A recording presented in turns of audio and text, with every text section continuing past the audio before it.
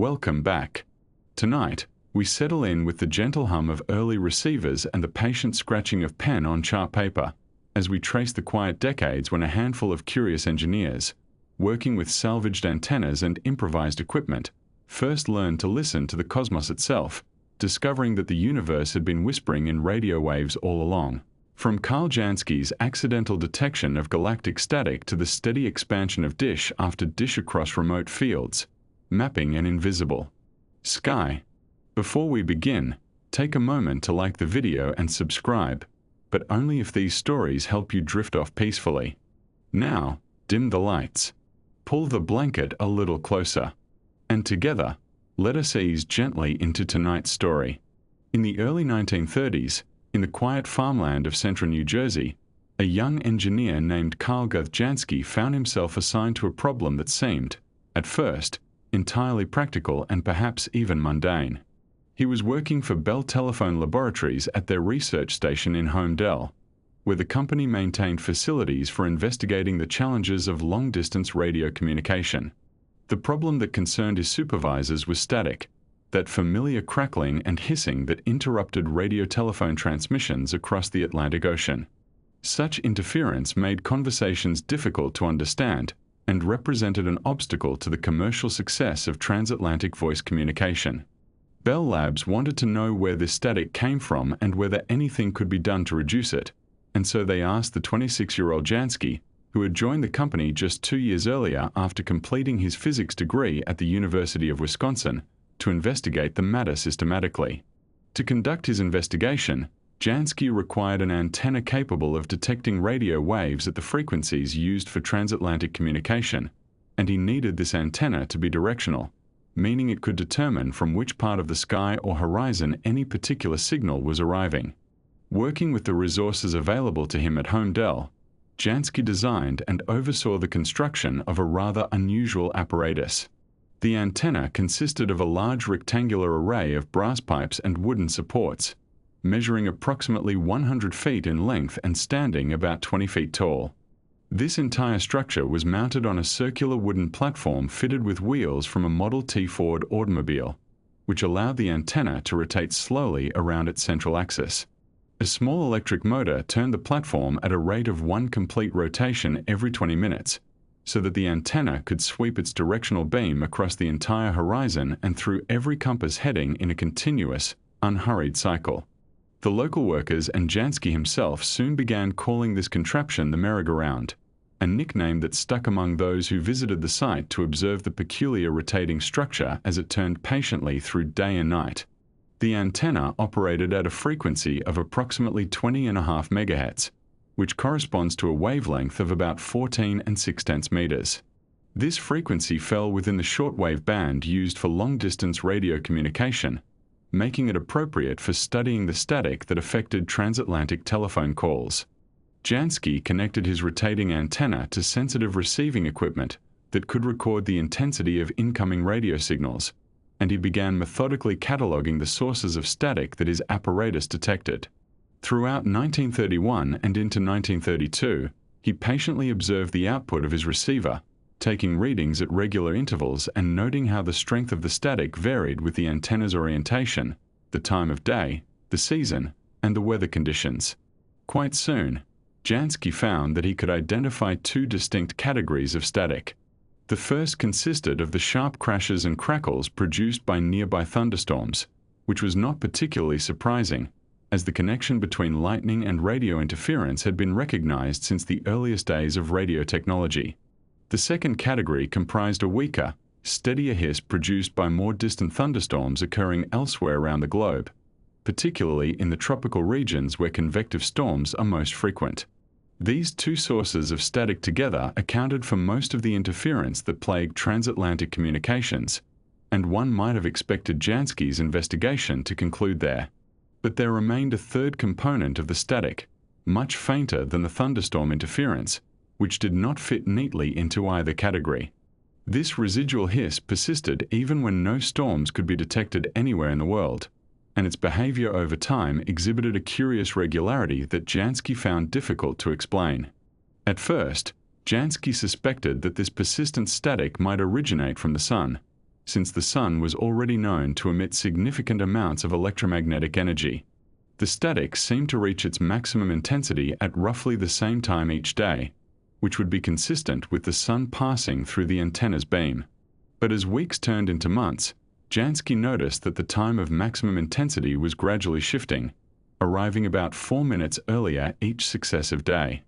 This 4-minute daily shift is a telltale signature in astronomy, distinguishing between solar time and sidereal time.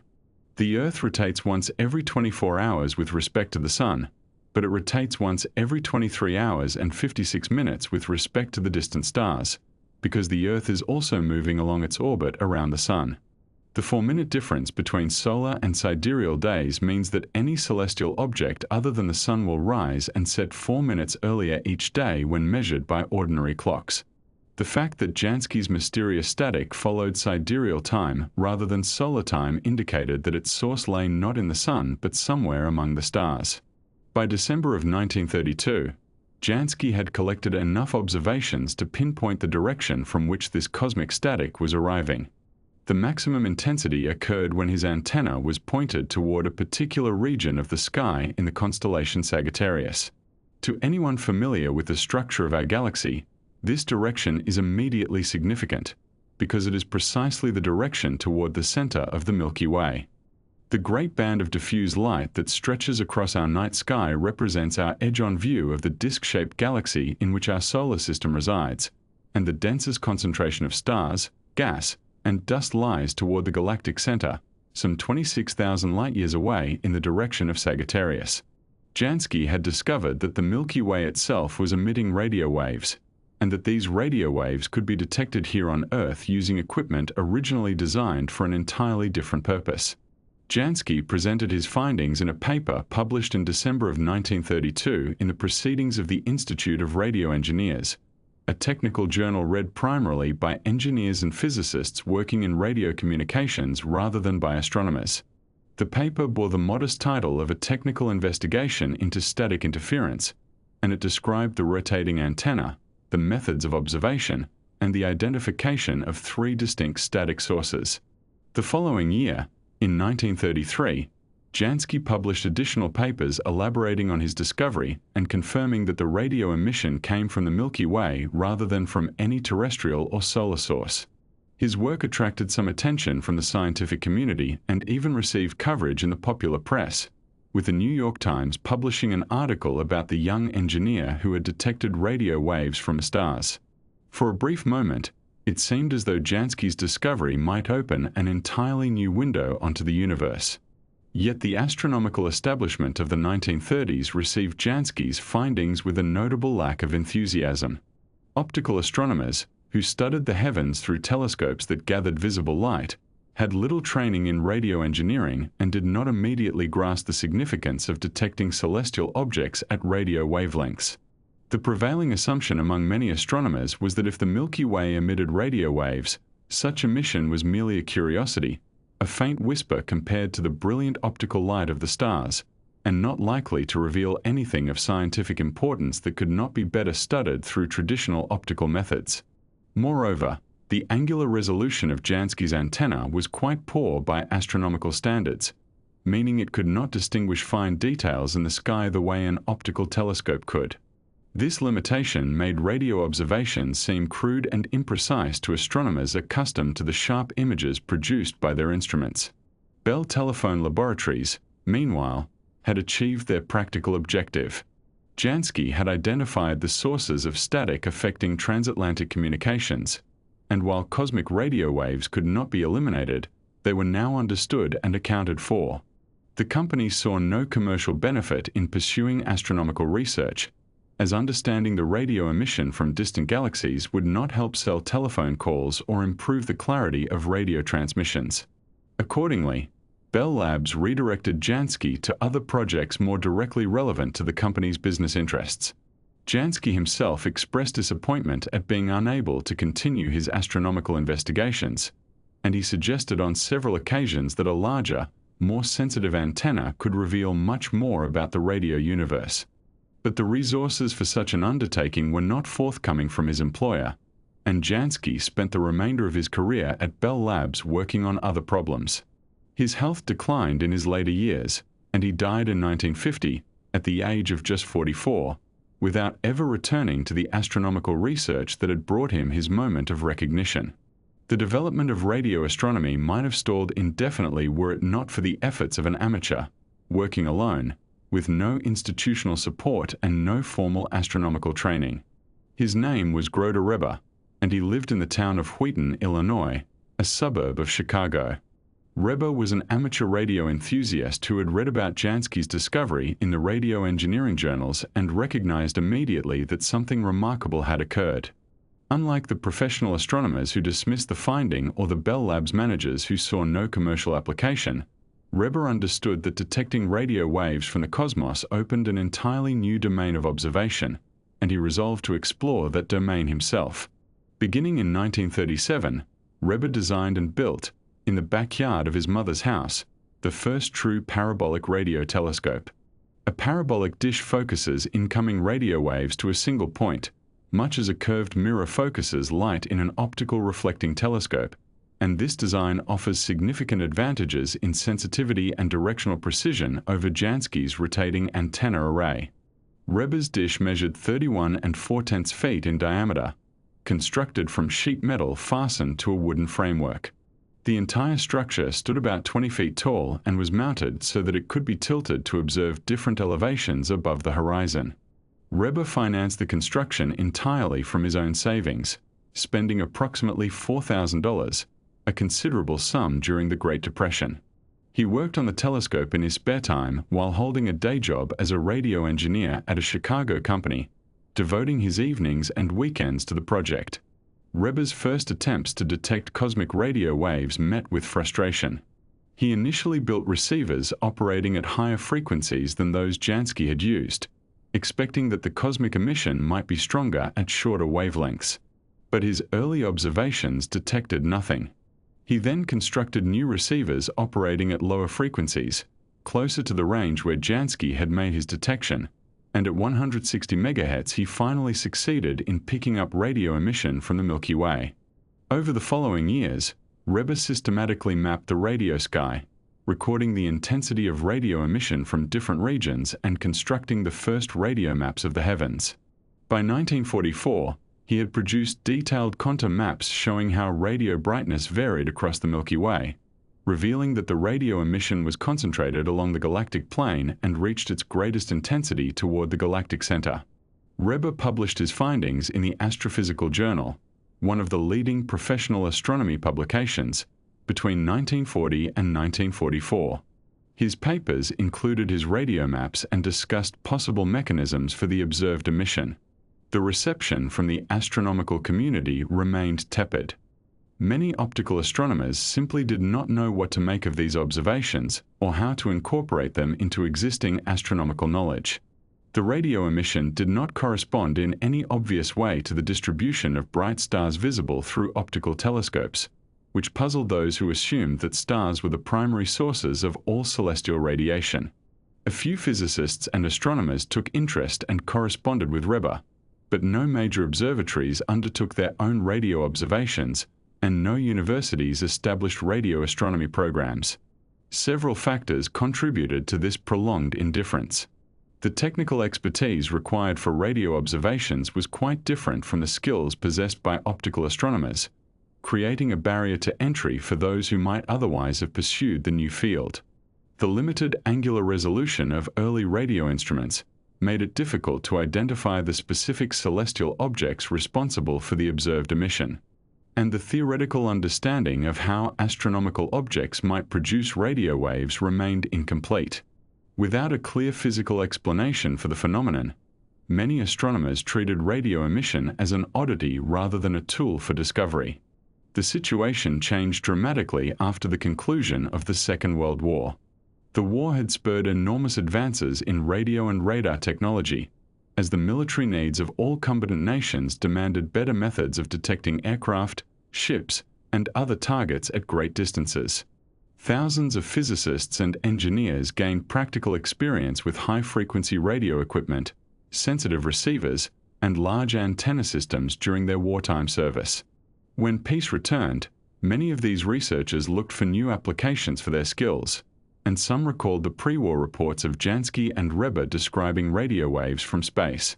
In Britain, Australia, the Netherlands, and eventually the United States, groups of scientists began constructing radio telescopes and turning them toward the sky. The trickle of interest that had greeted Jansky's original discovery became, within a few years, a torrent of activity that would transform our understanding of the universe. But all of that lay in the future, waiting quietly beyond the horizon of the 1930s and the war years.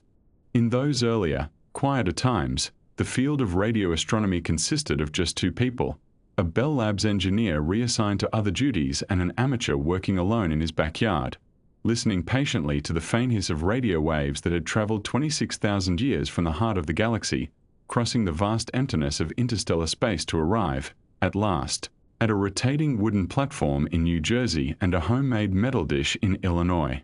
The story of how we came to listen to the universe is, in many ways, a story of repurposed instruments and patient engineering, of military equipment finding peaceful employment in the service of curiosity, and of young scientists working with whatever they could find in the years following a great and terrible war. It is a gentle sort of irony that the tools designed to detect enemy aircraft and guide bombs to their targets would, within just a few years, be turned upward toward the stars, helping us to hear the faint whispers of distant galaxies and the soft hiss of hydrogen drifting between the stars. This transformation did not happen all at once, of course, but rather unfolded gradually through the efforts of many individuals, some of whom had spent the war years staring at radar screens and had noticed, almost by accident, that the sky itself seemed to be speaking. During the Second World War, radar technology advanced at a remarkable pace, driven by the urgent needs of military defense and the considerable resources that governments were willing to devote to the problem of detecting approaching aircraft. Radar, which stands for radio detection and ranging, works by sending out pulses of radio waves and listening for the echoes that bounce back from objects in the sky, and by measuring the time it takes for these echoes to return, one can determine how far away an object is and in which direction it lies. The development of radar required ever more sensitive receivers and ever more powerful transmitters, and it demanded antennas that could be pointed precisely in different directions, all of which would prove tremendously useful for the astronomers who came afterward. In February of 1942, something rather interesting happened at the radar stations along the southern coast of England.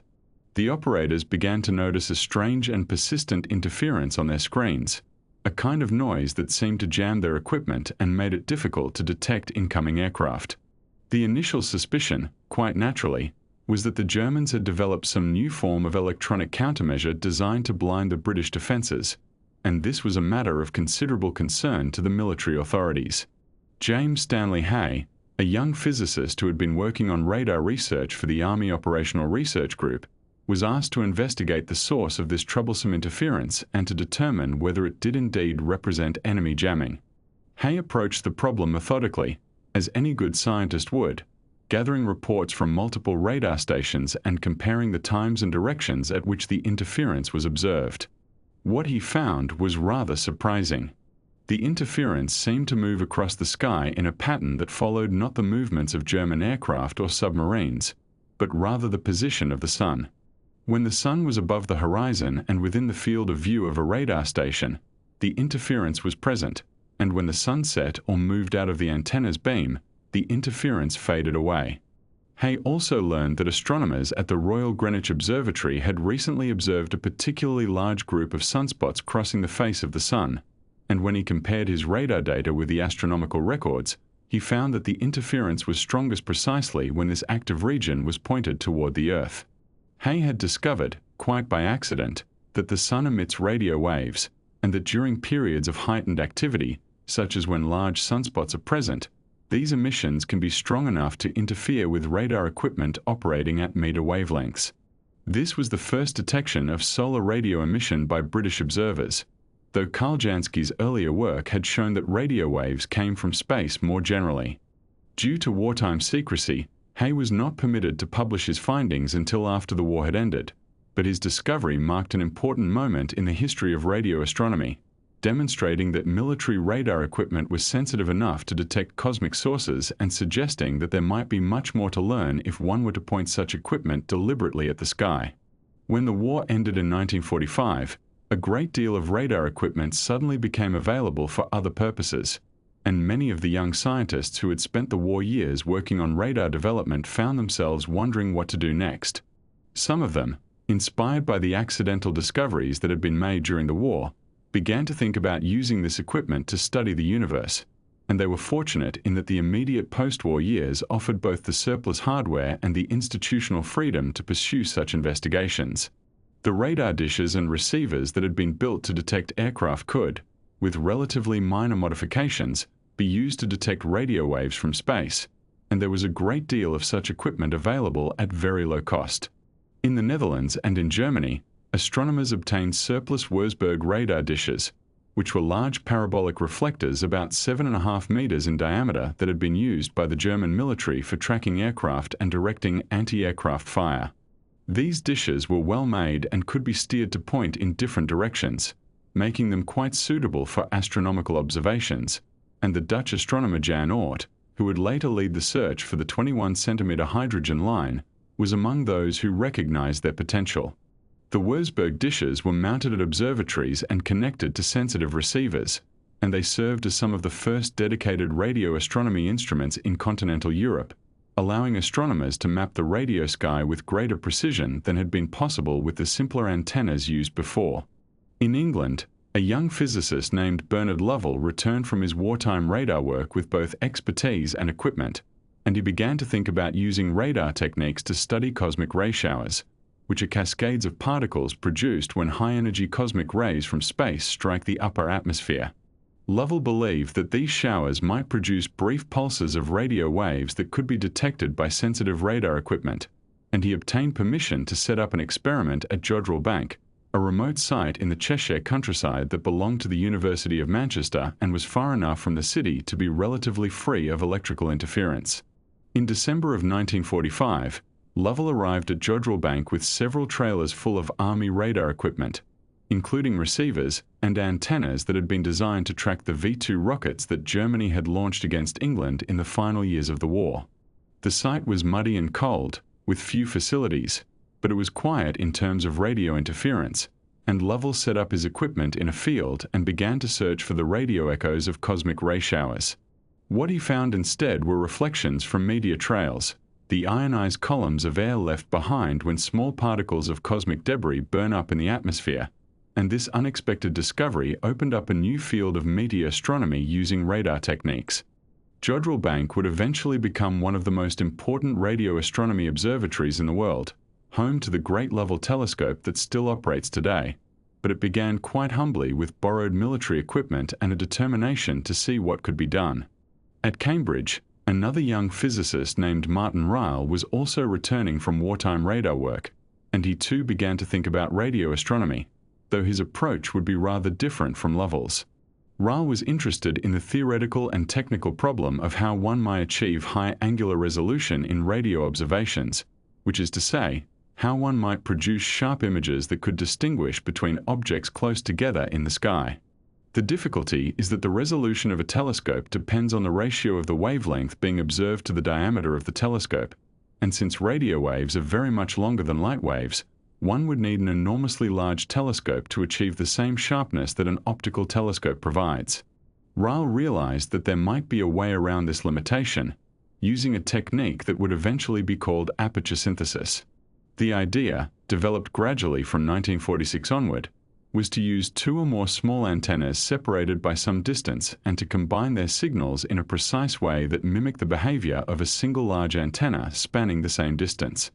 By moving the antennas to different positions over time, or by using many antennas at different spacings, one could effectively synthesize the collecting power of a much larger telescope, and by careful mathematical processing of the recorded signals, one could reconstruct an image of the radio sky with resolution determined not by the size of any individual antenna but by the maximum separation between them. This technique required extremely precise measurements of the signals and sophisticated methods of combining them, and it would take many years to develop fully, but it would eventually revolutionize radio astronomy and earn Ryle a share of the Nobel Prize in Physics.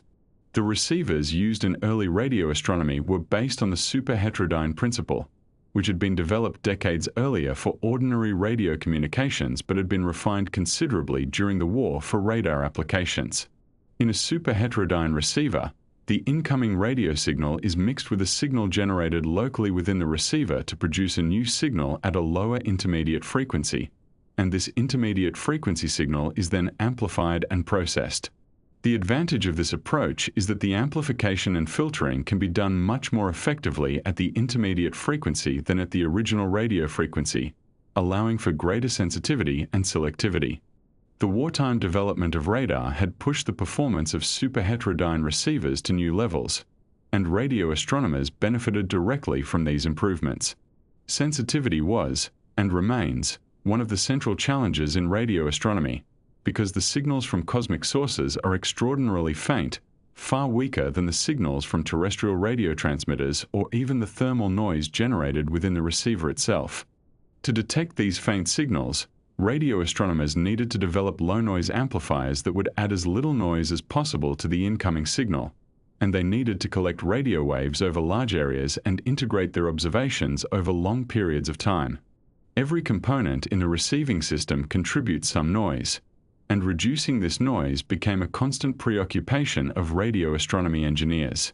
The antennas used in early radio astronomy ranged from simple dipoles, which are just straight wires or rods about half a wavelength long, to the more sophisticated parabolic dishes that had been developed for radar.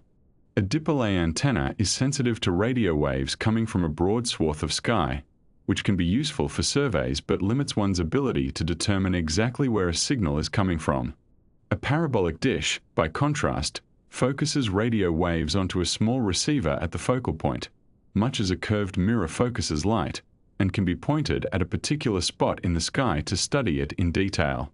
The larger the dish, the more radio waves it can collect and the sharper its beam, but building large steerable dishes presents considerable engineering challenges. The progression from simple dipoles to large parabolic dishes was driven by the desire for both greater sensitivity and higher angular resolution, and it required the development of new engineering techniques for building structures that could maintain their precise shape even as they were tilted and rotated to track objects across the sky. A parabolic dish must be accurate to a fraction of the wavelength being observed, which is easier at longer wavelengths where the tolerances are more generous, but radio astronomers wanted to observe at shorter wavelengths too, which demanded ever more precise construction. The dishes must also be stiff enough not to sag or flex under their own weight as they tip from vertical to horizontal, and they must be mounted on drives smooth and precise enough to follow the slow drift of the stars. These engineering challenges would occupy radio astronomers and their technical colleagues for decades, leading to ever larger and more capable instruments, from the early war surplus dishes of the late 1940s to the great steerable telescopes of the 1960s and beyond. The journey from radar to radio dishes was not a sudden leap but a gradual evolution, each step building on the last, each instrument revealing something new about the universe and suggesting what the next instrument might find. And so the technology that had been developed in wartime for the detection of aircraft and the guidance of weapons found a new and gentler purpose, turning from the defense of nations to the exploration of the cosmos, from listening for enemies to listening for the stars. In the green and gentle countryside of Cheshire, where the fields roll softly toward the horizon and the air carries the quiet sounds of dairy farms and country lanes, there stands a structure so vast and so carefully engineered that it seems almost to belong to another world entirely, and yet it has become, over the decades, as much a part of that English landscape as the hedgerows and the church steeples that surround it. This is the Lovell Telescope, named for the man whose vision brought it into being, and its story is one of ambition, of financial peril, of engineering ingenuity, and of a peculiar twist of fate involving a Soviet satellite that arrived at precisely the moment when such a thing was needed most. But we shall come to all of that in time, as there is no hurry here, and the telescope itself has stood patiently in its field for more than 6 decades now, turning its great white dish toward the heavens with a slowness and deliberation that suits our purposes very well this evening. Bernard Lovell was a physicist who had spent the years of the Second World War working on radar systems, developing the technology that allowed aircraft to detect objects at great distances through the reflection of radio waves. And when the war ended, he found himself in possession of both the knowledge and the surplus equipment to pursue a question that had begun to interest him deeply.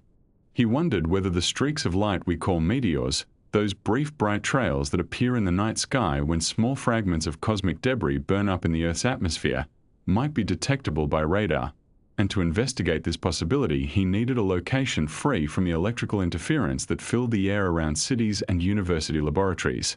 The University of Manchester, where Lovell worked, owned a small botanical research station at a place called Jodrellbank, about 20 miles south of the city, and it was there, among the fields and the experimental plots of vegetables, that Lovell set up his equipment in December of 1945 and began to listen to the sky.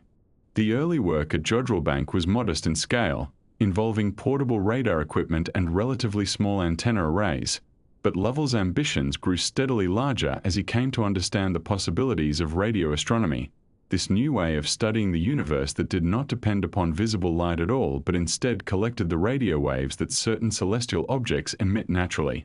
To detect fainter and more distant sources, one needed a larger collecting area, a bigger dish to gather more of those feeble signals, and by the early 1950s Lovell had conceived of a telescope of truly extraordinary dimensions, a steerable parabolic dish 250 feet in diameter, which would be by far the largest instrument of its kind anywhere in the world.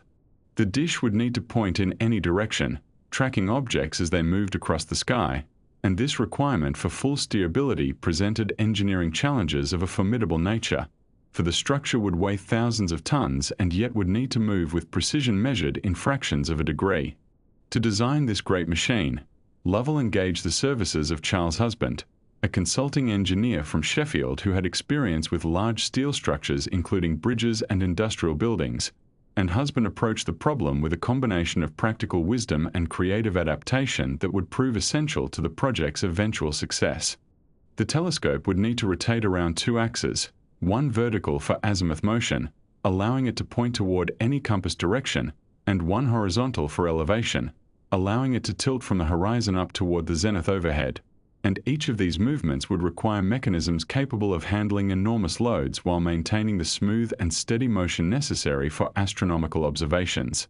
For the azimuth drive, the system that would rotate the entire structure around its vertical axis, Husband drew upon an unexpected source of heavy engineering, for he acquired the gun turret mechanisms from two decommissioned battleships of the Royal Navy, HMS Revenge and HMS Royal Sovereign, both of which had served in the Second World War and were being scrapped in the post-war years.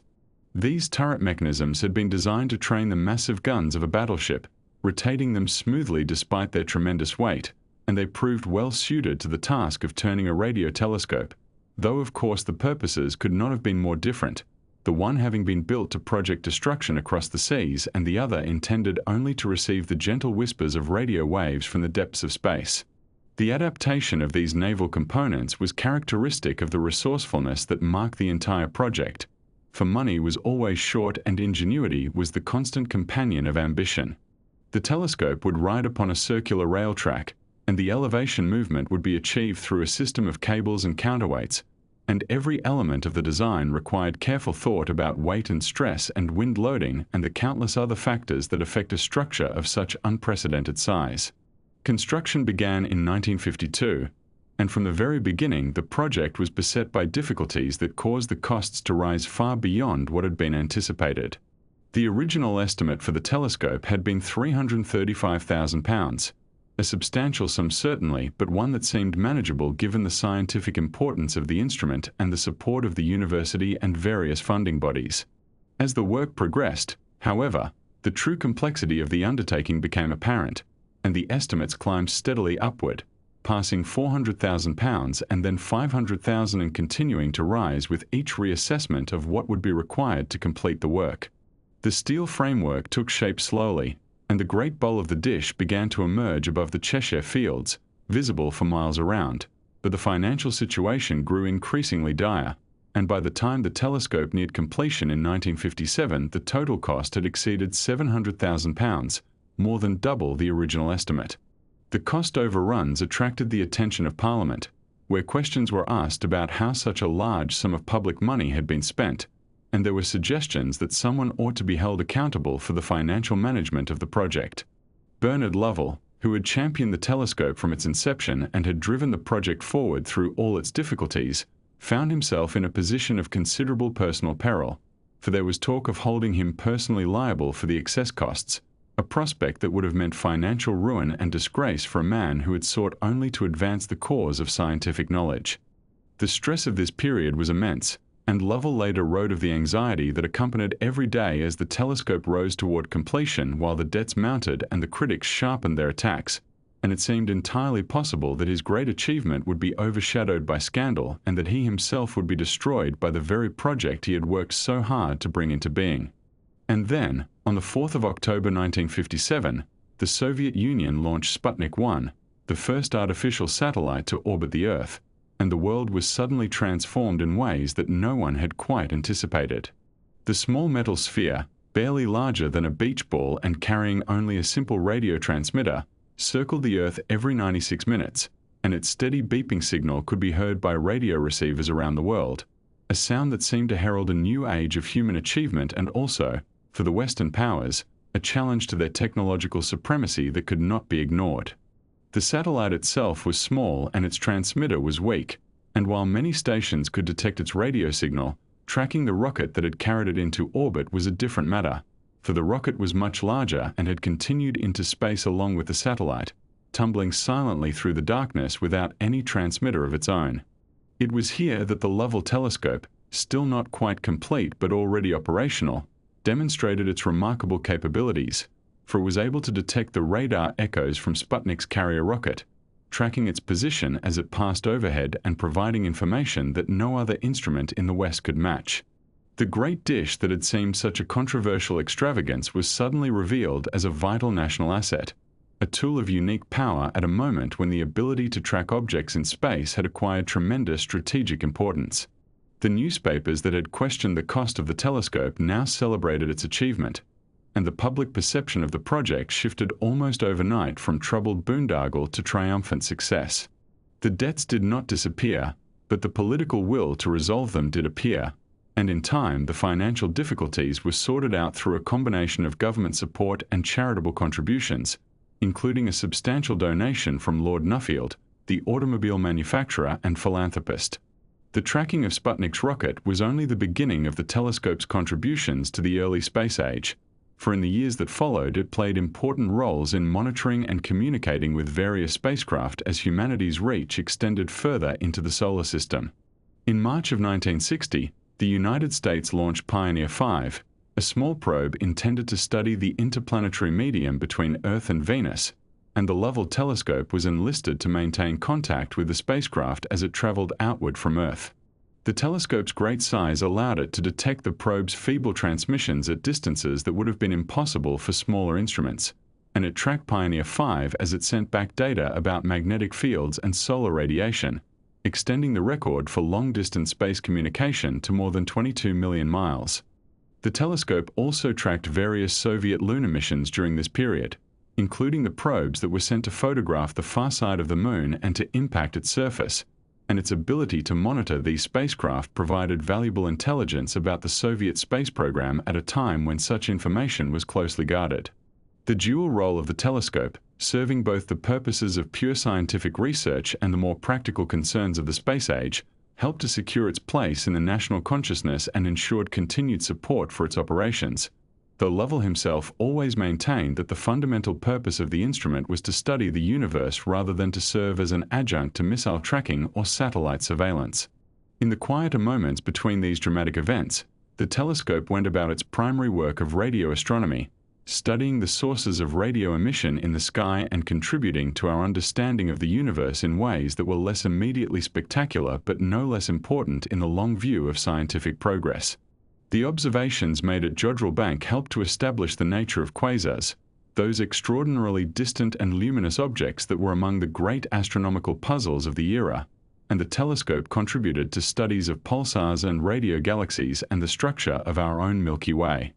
There is one small detail of the telescope's early history that deserves mention before we move on. a reminder that even the grandest scientific instruments must find their place within the ordinary fabric of daily life in the communities where they are situated. The farmers whose land surrounded Jodrell Bank found that their activities sometimes produced radio interference that affected the telescope's sensitive observations, and conversely, the powerful radar transmissions that were occasionally used for certain experiments could cause disruption to the electrical equipment used in farm operations. These conflicts, minor though they were in the grand scheme of things, led to early discussions about how to manage the radio environment around sensitive astronomical facilities, and Jodrell Bank became one of the first sites where formal radio quiet zone policies were developed, establishing restrictions on certain types of transmissions in the immediate vicinity of the telescope. The farmer who plows his field within sight of the great dish, and the astronomer who gazes through that dish at galaxies millions of light-years distant, must find ways to coexist, and the arrangements worked out at Jodrell Bank in those early years helped to establish principles that would later be applied at radio observatories around the world. It is a small thing perhaps, this accommodation between the needs of agriculture and the needs of astronomy, but it speaks to the way that great scientific endeavors must always be woven into the fabric of ordinary life, finding their place among the concerns of farmers and shopkeepers and all the other people who make up a community. The Lovell telescope still stands today at Jodrell Bank, its great dish turning slowly toward whatever part of the sky the astronomers wish to study, and though it has been joined by larger instruments in other parts of the world, it remains a working observatory and a monument to the vision of Bernard Lovell and the engineering skill of Charles Husband. The gun turret mechanisms from those old battleships continue to turn the telescope on its axis, performing their peaceful duty with the same reliability they once brought to the weapons of war, and the fields of Cheshire stretch away in all directions, green and quiet, as they have always been. And so we come now to one of the quieter revolutions in our understanding of the universe, a revolution that began not with a dramatic discovery but with a gentle suggestion made during the darkest years of a world at war. In the Netherlands, in the year 1944, the country lay under occupation, and the normal channels of scientific communication had grown difficult, and yet astronomy continued in whatever ways it could, carried forward by those who found solace in contemplating the stars even as the ground beneath them remained uncertain. It was in this atmosphere of constrained possibility that the Dutch astronomer Jan Hendrik Oort turned his mind to a problem that had long troubled those who wished to understand the structure of our own galaxy. The difficulty, you see, was that we live inside the Milky Way, embedded within its disk of stars like a single grain of sand trying to comprehend the shape of an entire beach from its position somewhere in the middle. Optical telescopes, for all their power and beauty, could only see so far into the galactic plane before the accumulated dust of interstellar space absorbed and scattered the light, leaving vast regions of our own cosmic neighborhood forever hidden from view. Oort understood this limitation keenly, and he began to wonder whether radio waves, which had proven themselves capable of passing through the atmosphere and arriving from distant cosmic sources, might also prove capable of passing through the obscuring dust that blocked visible light, and whether some naturally occurring radio emission might serve as a beacon that could be detected from clouds of matter throughout the galaxy. What Oort needed was a specific frequency to listen for, a radio signal that would be emitted by some common and widely distributed substance in the space between the stars, and his thoughts turned naturally to hydrogen, the most abundant element in the universe by a considerable margin. Hydrogen atoms drift through interstellar space in enormous clouds, sometimes dense enough to eventually collapse and form new stars, and sometimes so thin and diffuse that a volume the size of a concert hall might contain only a handful of atoms. And yet when you consider the sheer immensity of interstellar space, even this thinness adds up to a great deal of hydrogen indeed. The question was whether these neutral hydrogen atoms, drifting alone and cold in the darkness between the stars, might produce radio waves at some characteristic frequency that could be detected by receivers on Earth. Oort posed this question to a young doctoral student named Hendrik Christoffel van der Hulst, asking him to investigate whether any plausible mechanism might exist by which neutral hydrogen could emit at radio wavelengths. Van der Hulst set to work on the problem, and what he found through careful theoretical analysis was a subtle but reliable process involving the quantum mechanical properties of the hydrogen atom itself. The hydrogen atom in its ground state, its lowest energy configuration, consists of a single proton orbited by a single electron, and both of these particles possess a property called spin, which you might think of, in a very loose and approximate way, as a kind of internal rotation, though the quantum mechanical reality is rather more abstract than any classical picture can fully capture. The spins of the proton and electron can be aligned in the same direction, which physicists call parallel, or in opposite directions, which they call antiparallel, and these two configurations differ very slightly in energy, with the parallel arrangement being just a tiny bit higher than the antiparallel one. Van der Hulst calculated that when a hydrogen atom transitions from the higher energy parallel state to the lower energy antiparallel state, it releases a photon, a particle of light, with a wavelength of approximately 21 centimeters, corresponding to a frequency of about 1420 megahertz. This transition is called a hyperfine transition because the energy difference involved is so extraordinarily small, and the process is called spontaneous emission because it occurs without any external trigger, though the probability of any given atom making this transition in any given moment is remarkably low. In fact, Van der Hulst calculated that a single hydrogen atom in the parallel state would take, on average, approximately 11 million years before it spontaneously flipped to the antiparallel state and emitted its 21 centimeter photon. This seems like an impossibly long time to wait, and if you had only a few hydrogen atoms to observe, you would indeed wait a very long time for anything to happen.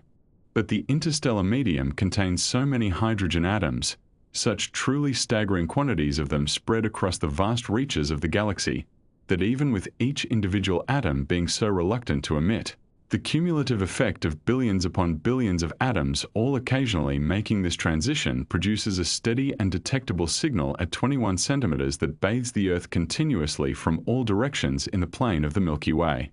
Van der Hulst presented his theoretical prediction in April of 1944 during a meeting of astronomers in occupied Leiden, and the significance of his work was immediately apparent to those present, though the circumstances of the war meant that acting upon this knowledge would have to wait.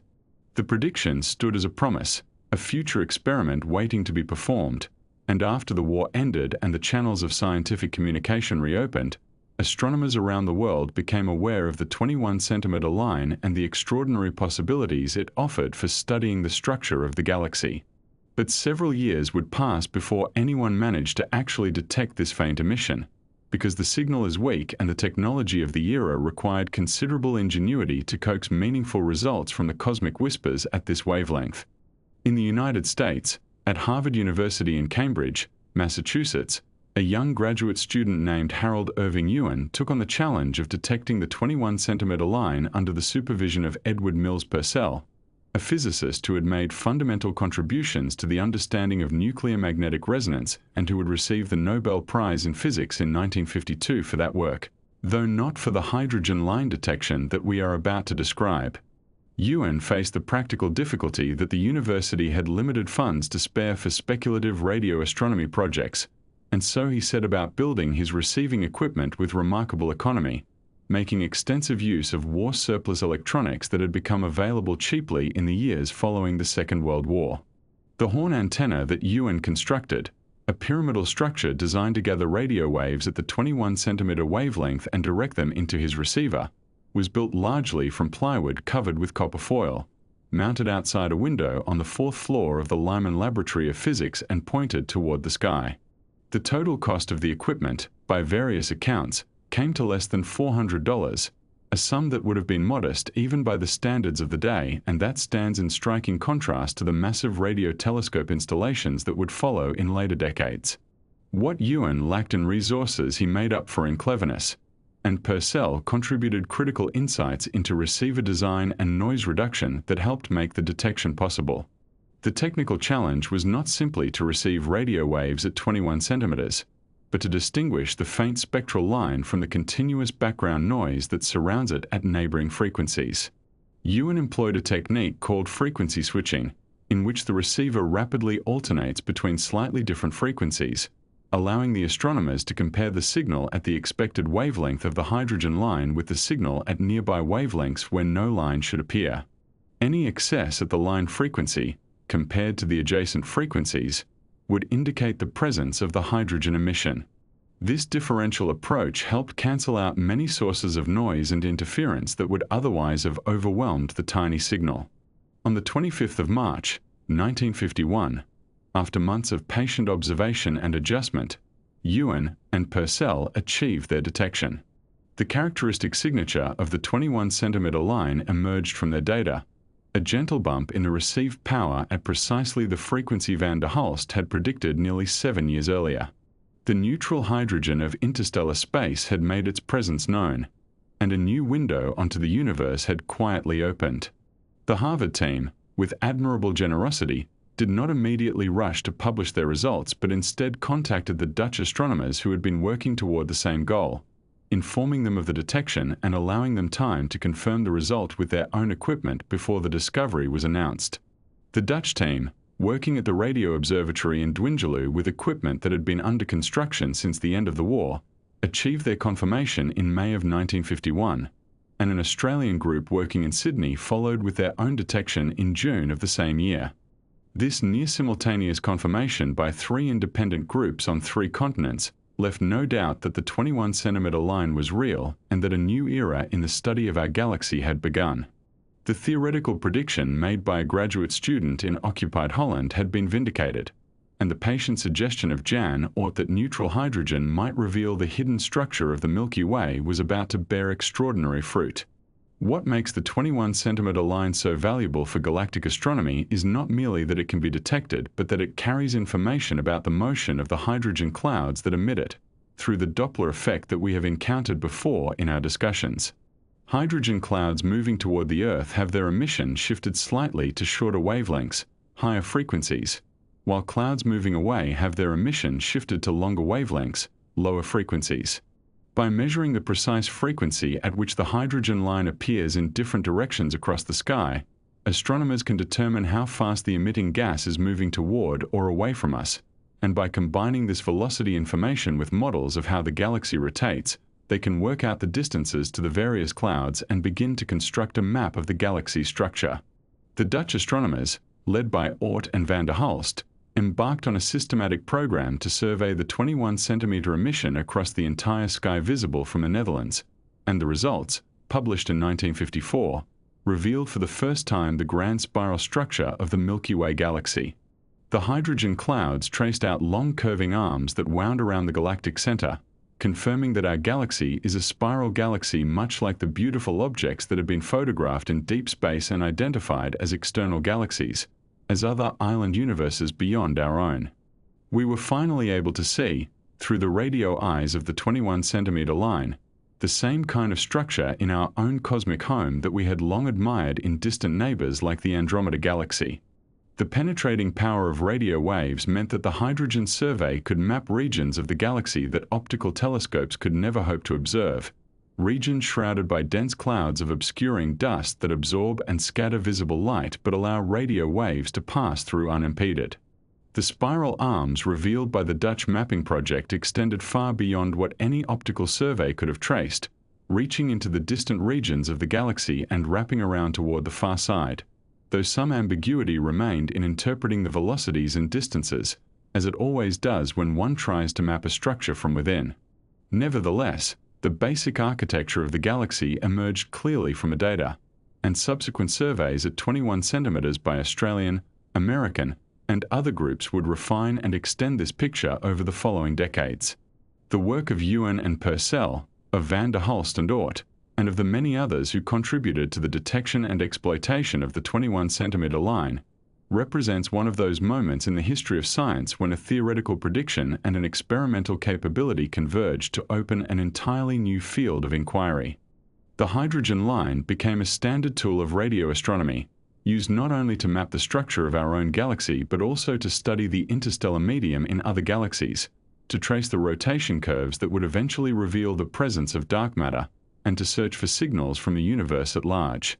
And all of this began with a suggestion made during wartime, a prediction worked out by a graduate student under difficult circumstances, and a detection achieved with war surplus equipment mounted outside a university window, costing less than $400 and changing forever how we understand our place within the vast spiral structure we call home. And so we come now to the careful, methodical work of cataloging, to the patient business of counting and recording every radio source that the telescopes could detect, and in doing so, we find ourselves in Cambridge, England, where a man named Martin Ryle was building something quite remarkable, not just instruments made of wire and steel, but a systematic understanding of the radio universe, one source at a time, in the quiet and unhurried manner of a naturalist pressing flowers into a book, or a Victorian astronomer charting the positions of stars. Martin Ryle had come to radio astronomy from wartime radar research, as so many of his generation had done, and he brought with him a particular temperament, one might say, a certain methodical rigor combined with an almost fierce determination to extract every possible scrap of information from the faint signals arriving from space, and he understood, perhaps more clearly than anyone else at that time, that progress in this new science would require not just clever observations of individual objects, but comprehensive surveys, complete catalogues, a census of the radio sky that would allow astronomers to ask questions not just about this source or that source, but about the universe as a whole. The first of these Cambridge surveys, which would later become known simply as the 1C catalogue, was published in 1950, and it contained just 50 radio sources, each one carefully measured and its position recorded as precisely as the instruments of that era would allow, which is to say, not terribly precisely by modern standards, but well enough to know that each source was real and approximately where in the sky it resided. And this modest beginning, this first tentative inventory of radio objects, represented something genuinely new in astronomy, an attempt to count and classify phenomena that had been entirely unknown just 2 decades earlier. The sources in this first catalogue were given names that followed a simple system, with each one designated by a number preceded by the letters indicating it came from Cambridge. And while 50 sources might seem a small number, each one represented hours of careful observation and analysis, the slow accumulation of signal above noise, the patient verification that what appeared on the recording chart was truly a celestial source and not some terrestrial interference or instrumental artifact. And the completion of this catalogue marked the beginning of what would become a sustained program of radio source enumeration at Cambridge. 5 years later, in 1955, Ryle and his colleagues published a far more ambitious work, the Second Cambridge Catalogue, or 2C as it came to be known, which contained 1,936 sources, a number that must have seemed almost overwhelming compared to the modest 50 of the earlier survey. And this dramatic increase reflected both improvements in the Cambridge instruments and a determination to push the observations to fainter and fainter sources, to peer deeper into the radio universe and count what lay there. But here the story becomes complicated, as scientific stories so often do, because the 2C catalogue, for all its ambition and apparent comprehensiveness, contains serious problems that would soon become apparent, problems related to a phenomenon called confusion, which occurs when the telescope's resolution is insufficient to separate sources that lie close together on the sky, causing 2 or more distinct objects to blur together and appear as a single source, or causing genuine sources to be lost in a muddle of overlapping signals, and this confusion, it would turn out, had badly compromised the reliability of the 2C survey. The challenge to the 2C catalogue came most forcefully from Australia, from the radio astronomers working in Sydney under the leadership of Bernard Mills, who had constructed a different type of radio telescope, one that used a cross-shape arrangement of antennas to achieve better angular resolution. And when Mills and his colleagues surveyed the same regions of sky that Cambridge had catalogued, they found substantially fewer sources, not because their telescope was less sensitive, but because their superior resolution allowed them to avoid the confusion that had plagued the Cambridge observations.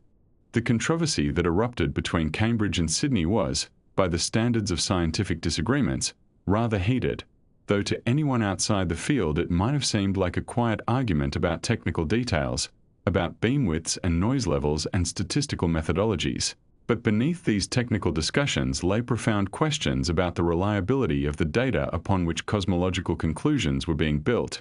and Bernard Mills was not shy about pointing out the discrepancies, publishing papers that systematically compared the 2 surveys and demonstrated that many of the fainter sources in the 2C catalogue simply did not exist. Martin Ryle, for his part, defended his survey with considerable vigour, and the exchange of papers and letters between Cambridge and Sydney took on a somewhat acrimonious tone that was unusual in the normally collegial world of astronomy, with each side convinced of the correctness of its methods and the reliability of its results, And this dispute serves as a useful reminder that science does not always proceed smoothly from discovery to discovery, but sometimes involves genuine disagreement, and the difficult process of sorting out whose measurements can be trusted. In time, it became clear that the Australian criticisms were largely justified, that the 2C catalogue had indeed been compromised by confusion and that many of its fainter sources were spurious, and this realization led to a redoubled effort at Cambridge, a determination to do better, to build more capable instruments and to conduct a survey that would withstand scrutiny, and the result of this effort was the third Cambridge catalogue, the 3C survey, published in 1959 with 471 sources, each one verified and measured with considerably greater care than its predecessors. The 3C catalogue would prove to be one of the foundational documents of radio astronomy, a reference that astronomers would use for decades afterward, and its sources, with names like 3C273 and 3C48 and 3C295, would become some of the most studied objects in the universe, revealing themselves, as optical identifications were gradually made, to include some of the most distant and powerful objects then known, and the careful work that went into this catalogue, the lessons learned from the failures of 2C, exemplifies the self-correcting nature of science, the way that criticism and verification, however uncomfortable in the moment, ultimately strengthen our understanding. But even as the controversy over catalogue reliability was unfolding, another debate was taking shape, one with implications that reached far beyond the technical question of how many radio sources existed, and this debate concerned what the source counts meant, how the number of sources varied with their apparent brightness, and what this variation could tell us about the structure and history of the universe itself. The idea behind the source count argument was elegantly simple, as the deepest scientific arguments often are, and it began with the observation that fainter sources are, on average, more distant than brighter ones, so that by counting sources at different brightness levels, one is effectively sampling the universe at different distances, and therefore, because light takes time to travel, at different epochs in cosmic history, and if the universe has always been the same as the steady state theory proposed, then the ratio of faint sources to bright sources should follow a predictable pattern, while if the universe has evolved over time, as the Big Bang theory suggested, then the counts might show deviations from this expectation. Martin Ryle became convinced that his source counts showed exactly such a deviation, that there were more faint sources than the steady-state theory predicted, implying that the universe had been different in the past, that there were more radio sources per unit volume in earlier epochs than there are today, and this conclusion, if correct, would be devastating to the steady-state cosmology, which required the universe to maintain a constant average density and character throughout all time. The proponents of the steady-state theory, most notably Fred Hoyle and his colleagues at Cambridge itself, disputed Ryle's interpretation, arguing that the uncertainties in the data, particularly in light of the problems with the 2C catalogue, were too large to draw such sweeping cosmological conclusions, and this disagreement played out over many years, through papers and conferences and occasionally rather pointed public exchanges, with each side marshalling evidence and arguments in support of its position. In retrospect, we can see that Ryle's basic conclusion was correct, that the universe has indeed evolved over time and that the source counts do show evidence of this evolution, though the interpretation turned out to be more complex than anyone initially realized, involving not just the number of sources but their intrinsic properties and how those properties change with cosmic epoch, and the ultimate resolution of the steady-state versus Big Bang debate would come not from source counts alone, but from the discovery of the cosmic microwave background radiation in 1965, which provided far more direct evidence for a hot, dense early universe. While the debates over source counts and cosmology occupied theorists and surveyors alike, another group of astronomers was engaged in the painstaking work of figuring out exactly what these radio sources were, of connecting the radio positions, measured by the Cambridge and Australian surveys, with objects that could be seen through optical telescopes. And this work of identification required the collaboration of radio astronomers and optical astronomers, each contributing what their instruments could reveal. The challenge of optical identification was considerable, because the radio positions, even in the best surveys, were not precise enough to point unambiguously to a single optical object, and in a typical area of sky there might be dozens of faint stars and galaxies, any one of which could potentially be the source of the radio emission. And resolving this ambiguity required either improving the radio positions through further observation or searching for optical objects with unusual properties that might betray their radio-emitting nature. Among the most successful practitioners of this identification work were Walter Baade and Rudolf Minkowski, who used the Great Palomar 200-inch telescope, then the largest optical telescope in the world, to search for optical counterparts to the strongest radio sources, and their work exemplified the detective-like process of elimination and deduction that such identifications required, examining photographs and spectra, measuring distances and luminosities, gradually building up a picture of what kinds of objects were capable of producing powerful radio emission. The identification of Cygnus A, achieved by Baade and Minkowski in 1954, was a landmark moment in this effort, and it came with a considerable surprise, because when they examined the optical object corresponding to this tremendously powerful radio source, they found not a star or even a normal galaxy, but what appeared to be two galaxies in the process of collision, their forms distorted by mutual gravitational interaction, and this interpretation of colliding galaxies, releasing enormous energy in the radio spectrum, seemed to explain the exceptional radioluminosity that had made Cygnus detectable from such an immense distance.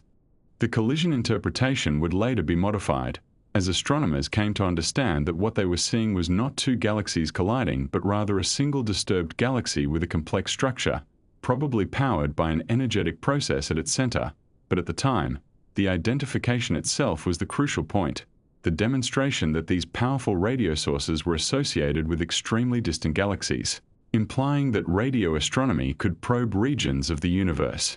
far beyond what optical telescopes could reach. Another important identification concerned Cassiopeia A, the strongest radio source in the northern sky, which Baade and Minkowski found to be associated with a faint nebula showing the characteristics of a supernova remnant, the expanding debris from a stellar explosion, and this identification connected radio astronomy to the life cycles of stars, showing that the violent deaths of massive stars could produce radio emission detectable across interstellar distances, and subsequent work would confirm that Cassiopeia A was indeed the remnant of a supernova explosion that had occurred roughly 300 years earlier, though curiously it had not been recorded by observers at the time. The correlation of radio positions with optical counterparts was slow and demanding work, requiring long photographic exposures with the largest available telescopes, careful measurement of the resulting images, spectroscopic observations to determine distances and physical conditions, and always the uncertainty of whether a given identification was correct or merely a chance alignment, and this work would continue for years, each identification adding another piece to the puzzle of what radio sources were and how they fit into the broader astronomical picture. And so, as we leave the 1950s and look toward the next decade, we find radio astronomy transformed from a field of scattered discoveries into a systematic science, with catalogues and source counts and identifications, with controversies resolved and new questions raised, with the universe revealing itself, slowly and patiently, through the radio signals that had been traveling for millions and billions of years before arriving at the antennas and receivers that Ryle and Mills and Baade and so many others had built and operated and improved. And the work goes on, as it always does in science, one observation at a time, one careful measurement after another, building toward understanding in the quiet, methodical way that is, perhaps, the truest nature of scientific progress. And so we turn our attention a little closer to home now, to the astronomical bodies that share our own solar system, and to the discoveries that revealed them to be not silent companions in space but active, dynamic sources of radio energy, each with its own voice in the electromagnetic spectrum, if only we knew how to listen carefully enough. The story of solar radio astronomy begins, as so many stories from this era do, with the pressures and accidents of wartime, when a young British physicist named James Stanley Hay found himself investigating a problem that seemed, at first, to have nothing whatsoever to do with the sun. It was February of 1942, and the British Army was deeply concerned about what appeared to be a new form of German jamming directed at their radar installations along the southern and eastern coasts of England. The radar operators were reporting severe interference, a wash of noise that obscured their screens and rendered their equipment temporarily useless. And naturally, the military authorities suspected enemy action, some clever new technology designed to blind British defences at a critical moment in the war. Hay was assigned to investigate these reports, to determine the nature of the jamming and, if possible, to find ways to counteract it. He was a careful and methodical scientist, and he approached the problem with the systematic attention to detail that would characterize all of his subsequent work. He gathered reports from radar stations across the country, noting the times when the interference occurred, the frequencies affected, and the direction from which the signals seemed to originate. What he found was unexpected and, in its way, rather beautiful, though of course during wartime such beauty was perhaps less appreciated than it might have been under different circumstances. The interference, Hay discovered, was not coming from German transmitters at all. It was coming from the sun. By correlating the timing of the radar disruptions with astronomical observations, Hay determined that the noise coincided precisely with a period of intense sunspot activity, and that the signals were strongest when radar antennas happened to be pointed toward the solar disk. The sun itself was emitting powerful bursts of radio energy, far more powerful than anything that had been predicted by theoretical calculations based on the sun's surface temperature alone. This was something new, something that required explanation, and Hay had inadvertently opened a window onto a phenomenon that would occupy solar physicists for decades to come.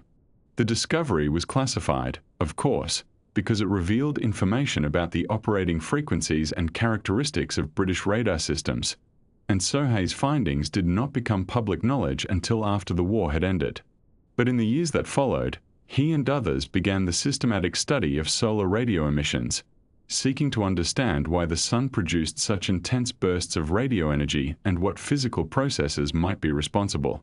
The sun, it turned out, was a far more complex and variable radio source than anyone had imagined, its emissions changing from moment to moment in response to events in the solar atmosphere, in the corona and chromosphere, and in the magnetic field structures that thread through the solar plasma like invisible scaffolding.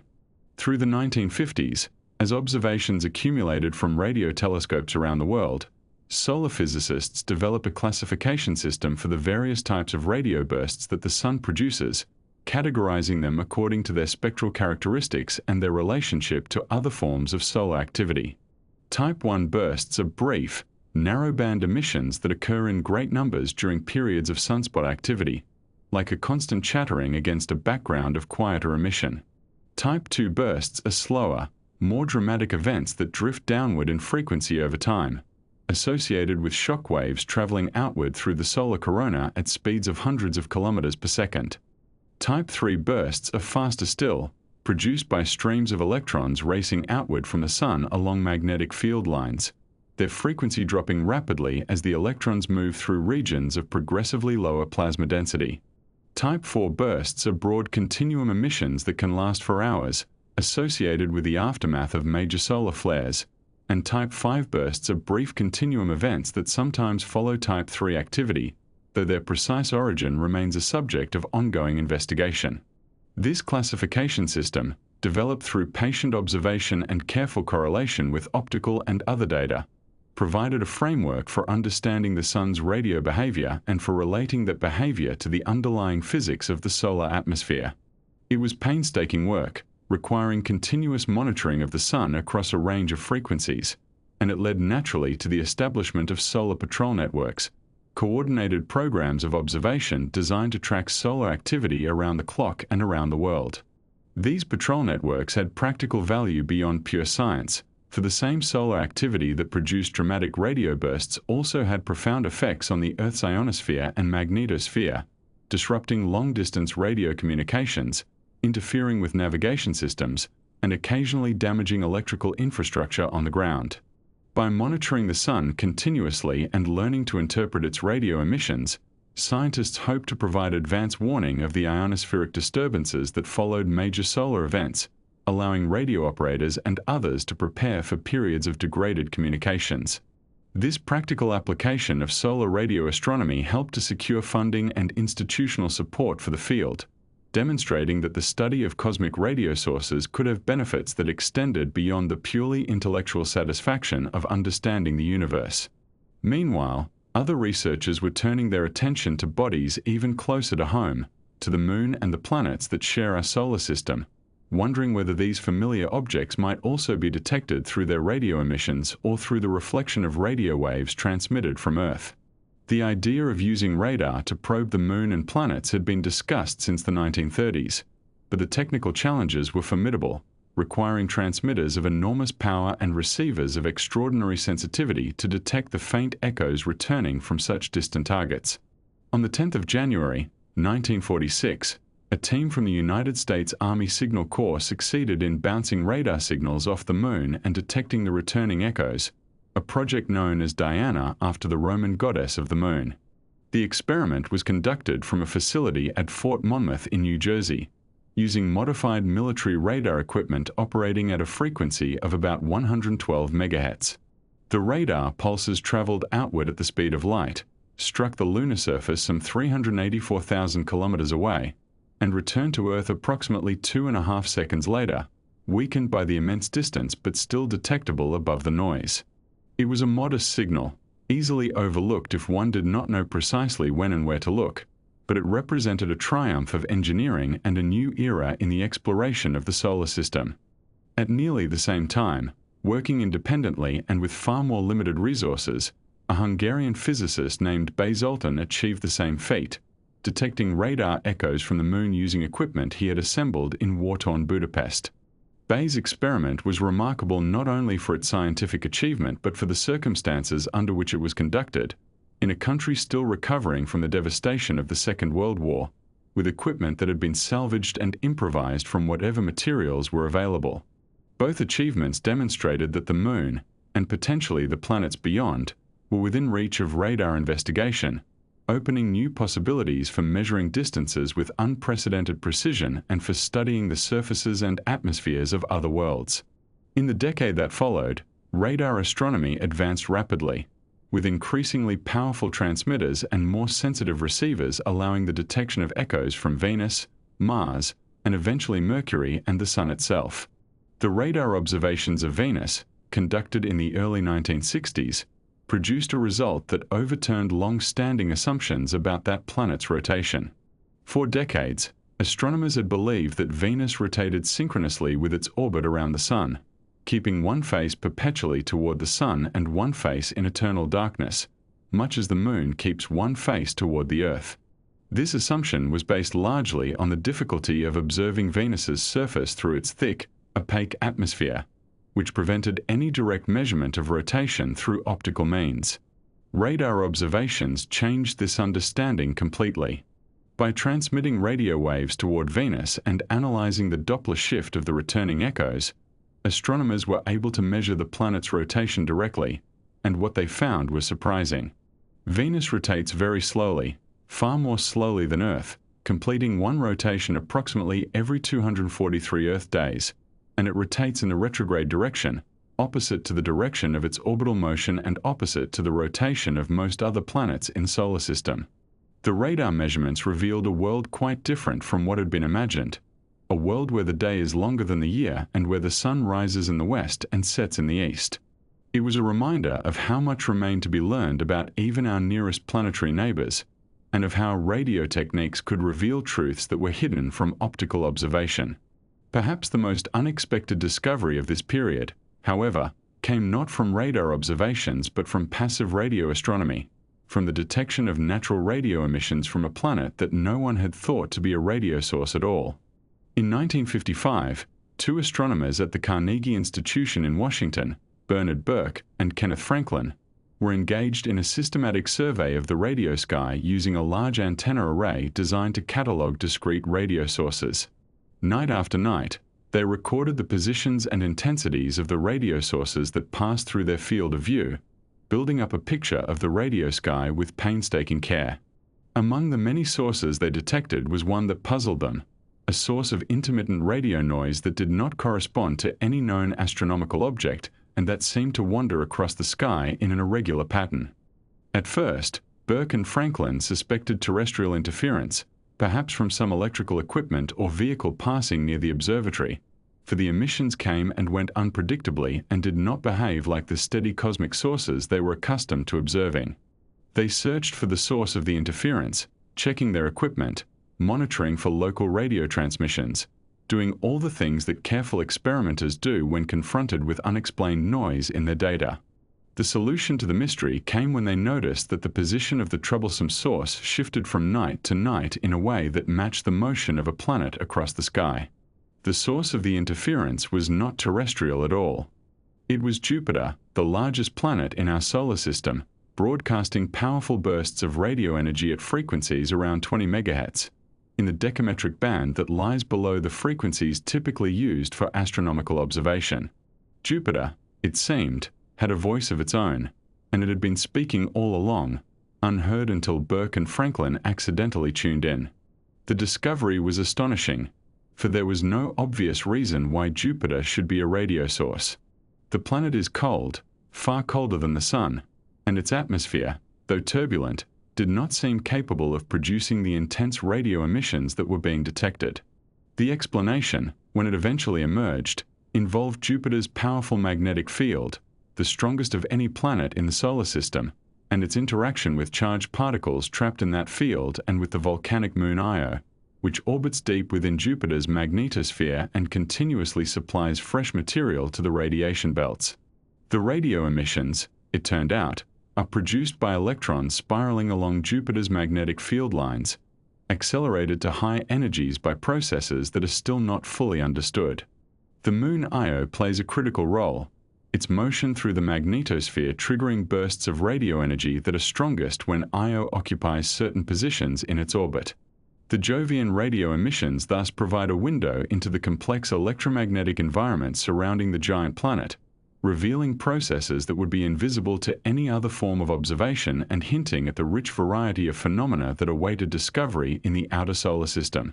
And so, by the end of the 1950s, radio astronomy had demonstrated its power to illuminate not only the distant stars and galaxies but also the Sun, the Moon, and the planets that make up our own cosmic neighborhood.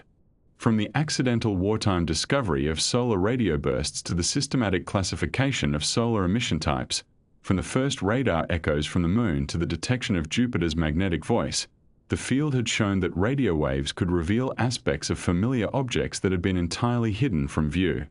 The solar system, it seemed, was a noisier and more dynamic place than anyone had suspected, full of whispers and shouts in the radio spectrum, waiting patiently for those who had learned to listen. And so we turn our attention now to the Southern Hemisphere, where the post-war years would see a remarkable flowering of radio astronomy in Australia, a nation that had developed considerable expertise in radar technology during the conflict and would now redirect that expertise toward the peaceful study of the cosmos. The story of Australian radio astronomy is one of ingenuity and resourcefulness, of scientists working with modest budgets who nevertheless managed to make discoveries of profound importance. And it begins in earnest with the establishment of the Radiophysics Laboratory within the Council for Scientific and Industrial Research, which would later become known as CSIRO. The Radiophysics Laboratory had been established in Sydney in 1939, and during the war years it had focused its efforts on the development and improvement of radar systems for the defence of Australia and its allies.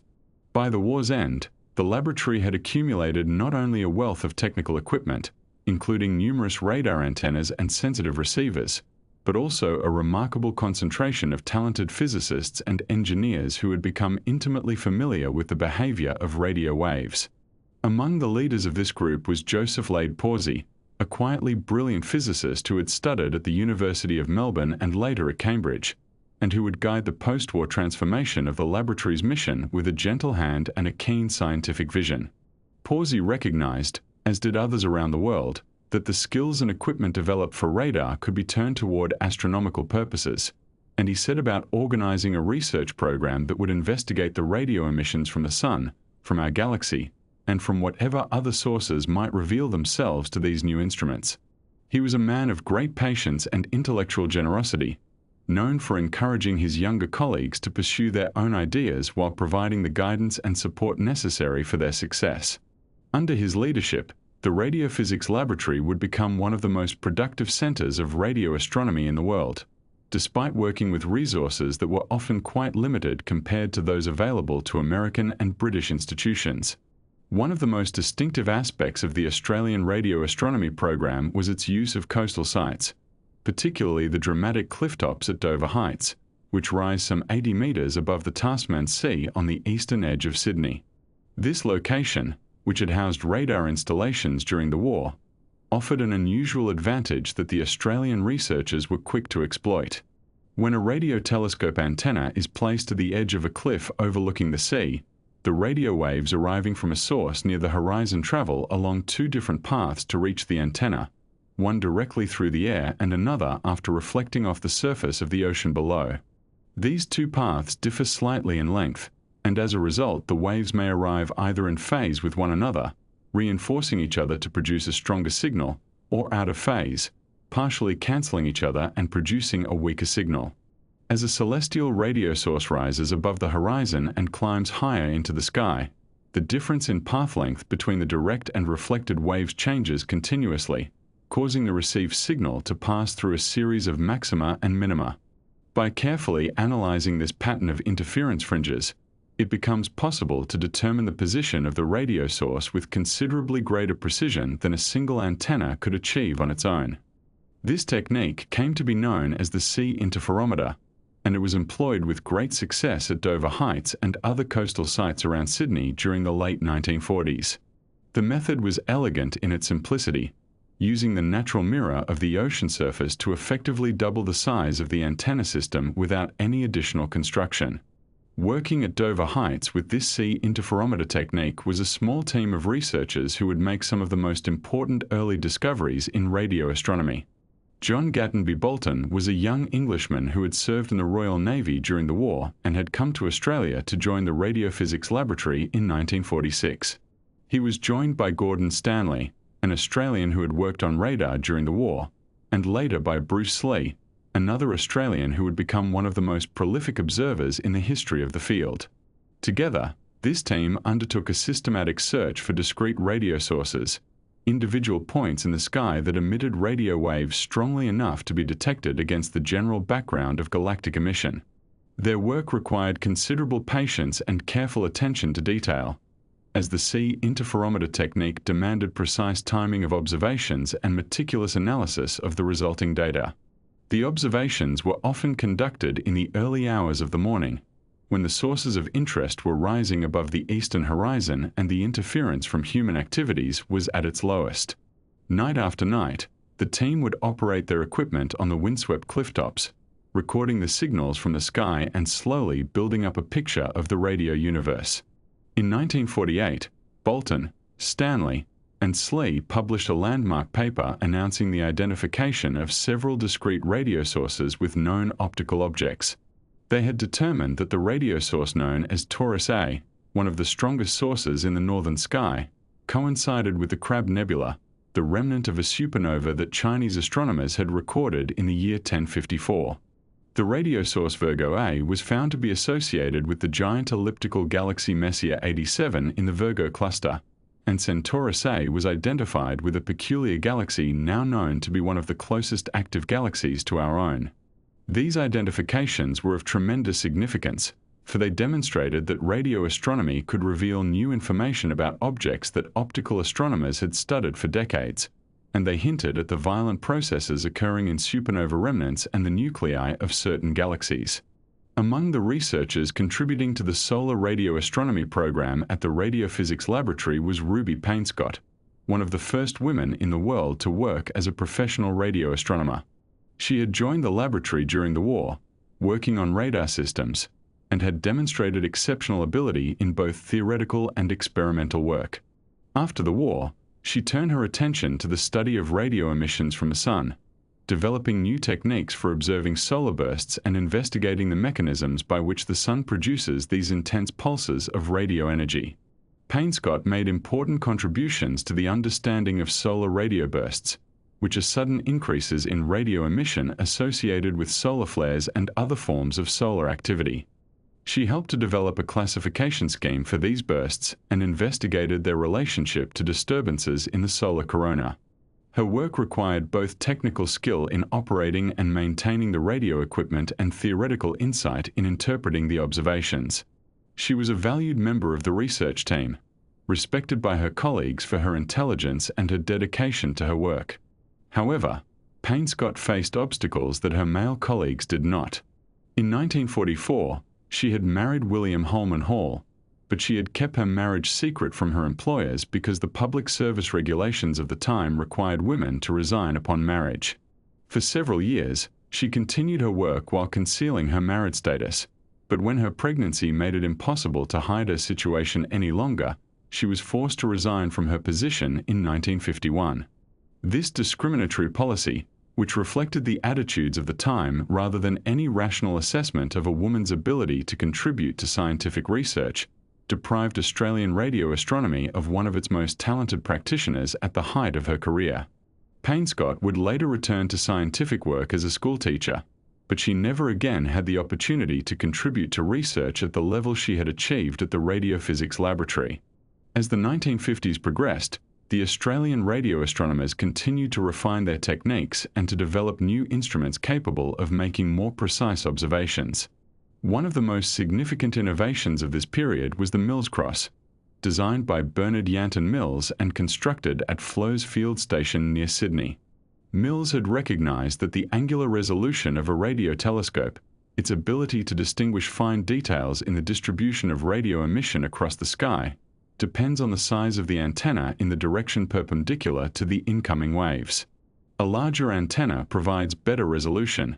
but building truly enormous parabolic dishes was prohibitively expensive. The Mills Cross offered an elegant solution to this problem. It consisted of two long arrays of antennas arranged in the shape of a cross, with one arm running north to south and the other running east to west. Each arm was several hundred meters in length, giving the instrument excellent resolving power in two perpendicular directions. By combining the signals from the two arms in a particular way, the telescope could achieve the angular resolution of a much larger instrument while using far less material and at far lower cost. The first Mills Cross, completed in 1954, had arms that were about 450 meters long and operated at a frequency of 85 megahertz. It was used to survey the southern sky and to compile catalogues of discrete radio sources with positions accurate enough to facilitate identification with optical objects. The success of the Mills Cross demonstrated the value of clever design in radio astronomy, showing that scientific progress did not always require the largest and most expensive equipment. Nevertheless, there was a growing recognition that Australian radio astronomy would benefit from a large steerable dish antenna that could observe any part of the sky accessible from the southern hemisphere and could be used for a wide variety of research programs. Planning for such an instrument began in the early 1950s, and after careful consideration of various sites and designs, the decision was made to construct a 210-foot diameter parabolic reflector at Parkes, a town in the wheat-growing region of New South Wales, some 350 kilometres west of Sydney. The design of the Parkes radio telescope was undertaken by the British engineering firm Freeman Fox and Partners, working in collaboration with the German engineer Hermann Gruenbaum and with input from Barnes Wallis, the renowned British engineer who had designed the bouncing bombs used in the famous Dambusters raid during the war. The telescope presented significant engineering challenges, for it needed to be large enough to collect substantial amounts of radio energy, yet light enough to be moved smoothly to point at different parts of the sky, and rigid enough to maintain its parabolic shape to the required precision despite the effects of gravity and wind. The solution adopted for the Parkes telescope incorporated several innovative features. The dish surface was constructed as a mesh of steel wires, which allowed wind to pass through rather than pushing against a solid surface, and which was sufficient to reflect radio waves at the frequencies of primary interest. The entire structure was mounted on a large turret that could rotate in azimuth, while the dish itself could tilt in elevation, allowing the telescope to be pointed at any part of the sky above the horizon. The design was robust and reliable, qualities that would prove essential in the decades of service that lay ahead. Construction of the Parkes radio telescope was completed in October of 1961, and the instrument was officially opened at a ceremony attended by dignitaries and scientists from around the world. It was, at the time of its completion, the largest steerable dish antenna in the southern hemisphere, and it would quickly prove its worth in a variety of research programs. The telescope's first major contribution to space science came in December of 1962, when it was used to track the American spacecraft Mariner 2 as it flew past the planet Venus. The Parkes telescope received the weak radio signals transmitted by the spacecraft, helping to relay data from humanity's first successful interplanetary mission. The completion of the Parkes telescope marked the culmination of the first great phase of Australian radio astronomy, a period during which a relatively small group of scientists, working with limited resources but abundant ingenuity, had established their nation as a leading centre of research in this new field. From the windswept clifftops of Dover Heights to the wheat fields of central New South Wales, the Australian pioneers had demonstrated that important discoveries could be made far from the traditional centres of astronomical research, and they had laid the foundations for a tradition of excellence in radio astronomy that would continue for generations to come. In the years following the Second World War, a rather profound question began to occupy the minds of cosmologists and astronomers alike, and this question concerned nothing less than the fundamental nature of the universe itself, whether it had existed forever in more or less the same form, or whether it had emerged from some definite beginning in the distant past. This was not a new question, of course, for philosophers and theologians had pondered such matters for millennia, but what made this particular moment in history so remarkable was that radio astronomy, this quiet and patient discipline of listening to the cosmos, would eventually provide evidence that helped to settle the matter, at least to the satisfaction of most scientists working in the field. The story begins, as so many stories in 20th century physics do, with a small group of brilliant minds gathered at a particular university, in this case the ancient and rather lovely institution of Cambridge in England.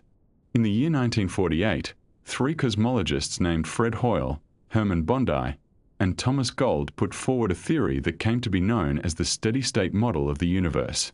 Hoyle was an Englishman from Yorkshire, known for his rather forceful personality and his considerable abilities in theoretical astrophysics, while Bondi and Gold had both come to Britain from Austria before the war, and the three of them had become friends during their wartime work on radar, which is itself an interesting connection to our broader story of radio science.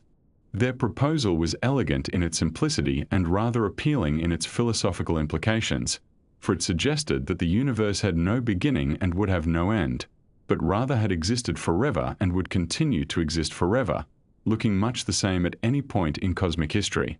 Now, you might wonder how such a model could account for the observed expansion of the universe, which had been established by Edwin Hubble's observations in the 1920s, showing that distant galaxies are receding from us at velocities proportional to their distances. If the universe is expanding, you see, then galaxies are constantly moving farther apart, and one might expect that over time the universe would become increasingly sparse and empty, which would seem to contradict the notion of a cosmos that remains in a steady state. Hoyle, Bondi, and Gold addressed this apparent difficulty with a rather bold proposal, suggesting that new matter is continuously being created throughout space, at just the right rate to fill in the gaps left by the expanding universe.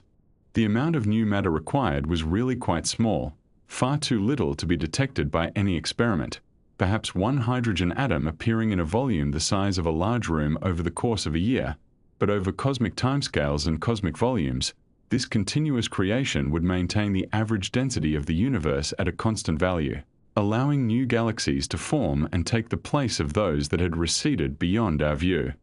Meanwhile, quite independently, and across the Atlantic Ocean in the United States, a different model of the universe was being developed, one that would eventually come to be called the Big Bang Theory, though as we shall see, this name was not originally intended as a compliment.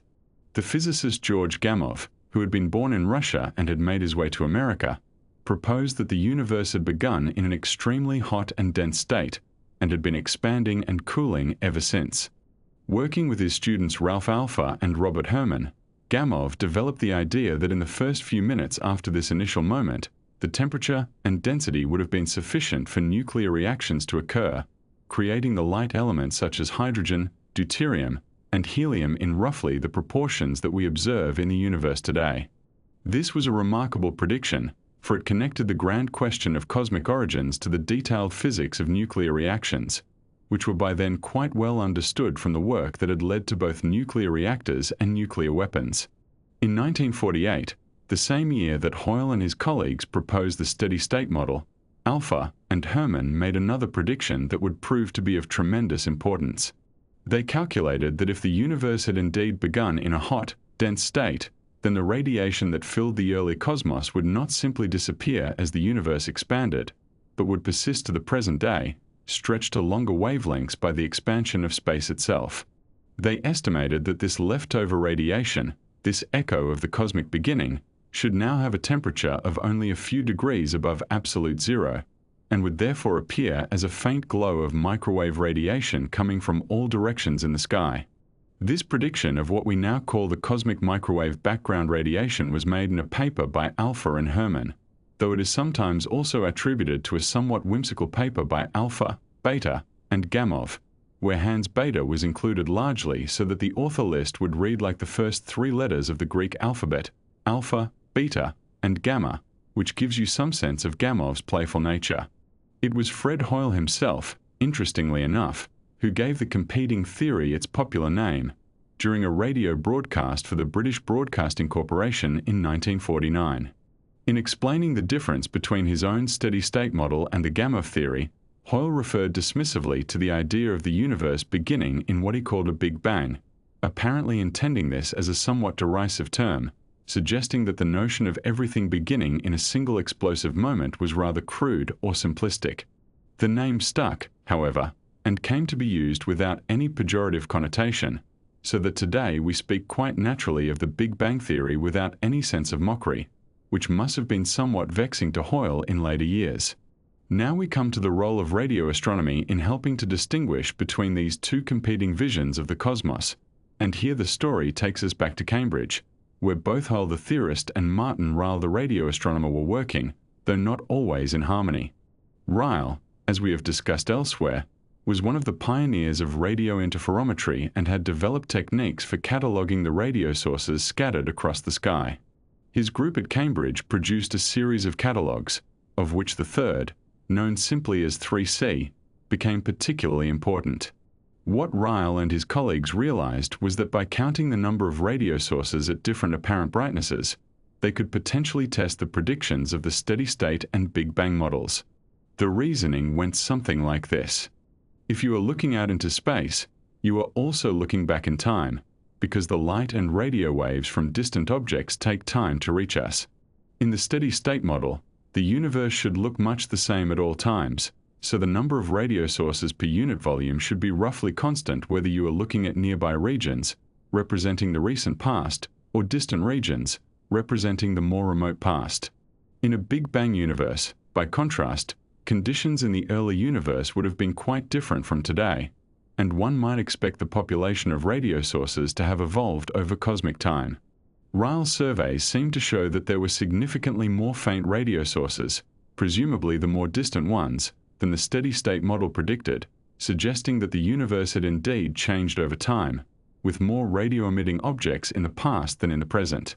This conclusion, you might imagine, was not entirely welcome to Fred Hoyle, and there ensued a rather acrimonious dispute between the two Cambridge scientists that lasted for some years. Hoyle questioned the reliability of Ryle's data, pointing out various possible sources of systematic error, and Ryle in turn defended his observations with considerable vigor.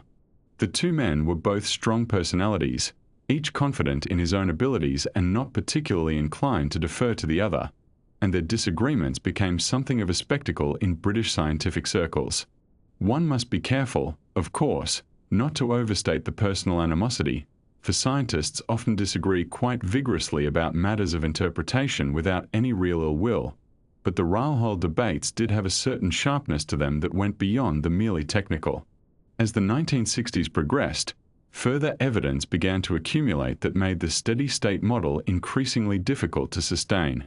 In 1963, a Dutch-American astronomer named Martin Schmidt, working at the Palomar Observatory in California, made a discovery that would have profound implications for our understanding of the distant universe. Schmidt was studying an object known as 3C273, which appeared in Ryle's third Cambridge catalogue of radio sources. This object had been identified with what appeared to be a faint blue star, but when Schmidt obtained a spectrum of its light, he found something quite puzzling. The spectral lines, which reveal the chemical composition of a glowing object, were at first unrecognizable, shifted far from their expected positions. After some contemplation, Schmidt realized that he was looking at perfectly ordinary hydrogen emission lines, but shifted enormously toward the red end of the spectrum by the expansion of the universe.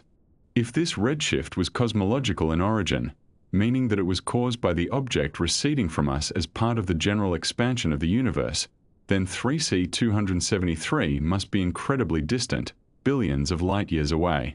And yet it was relatively bright in the sky, which meant that it must be producing an almost incomprehensible amount of energy, far more than any ordinary galaxy. These objects came to be called quasars, short for quasi-stellar radio sources, and their discovery opened up an entirely new chapter in astronomy. But for our present purposes, the important point is that quasars were found only at great distances, meaning that they existed in abundance in the earlier universe but are rare or absent in the cosmos today.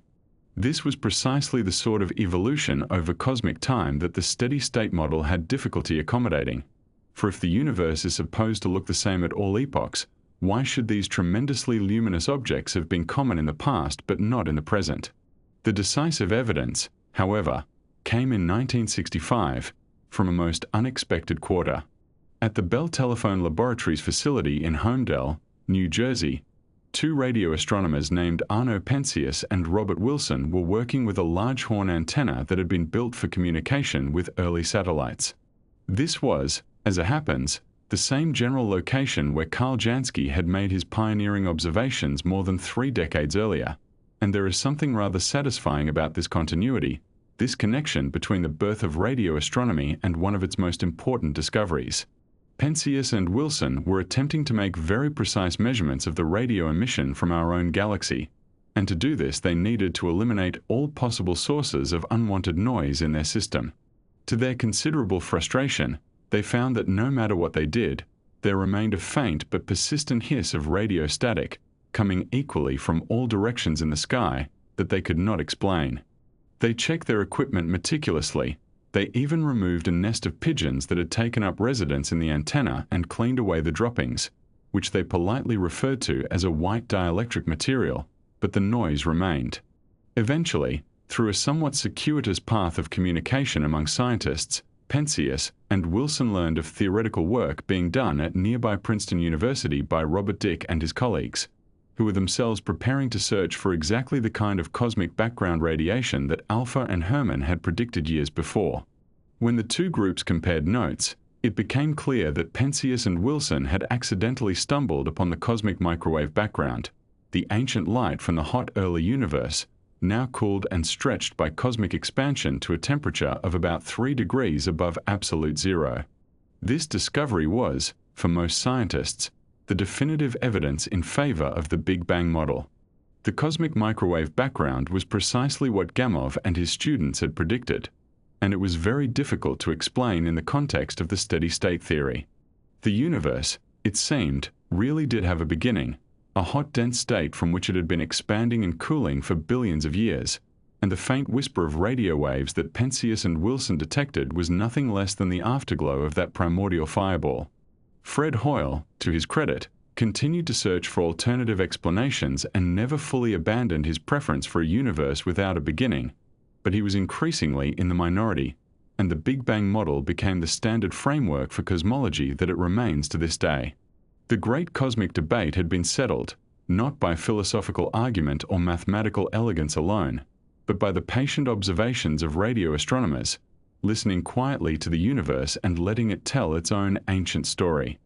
In the early 1960s, radio astronomers found themselves contemplating a peculiar category of objects that seemed to defy straightforward classification, sources that appeared in their survey catalogues as compact points of radio emission yet stubbornly refused to reveal their true nature through the usual methods of investigation. These objects had been accumulating in the records for some years, noted and catalogued and set aside for future consideration, their mystery deepening with each unsuccessful attempt to understand what manner of celestial body might be responsible for their emissions. The radio telescopes of the era could determine that these sources were small, far smaller in angular extent than the great radio galaxies that had become familiar subjects of study, and yet the radiation they produced was remarkably intense, sometimes rivaling or exceeding that of entire galaxies spread across vast expanses of sky.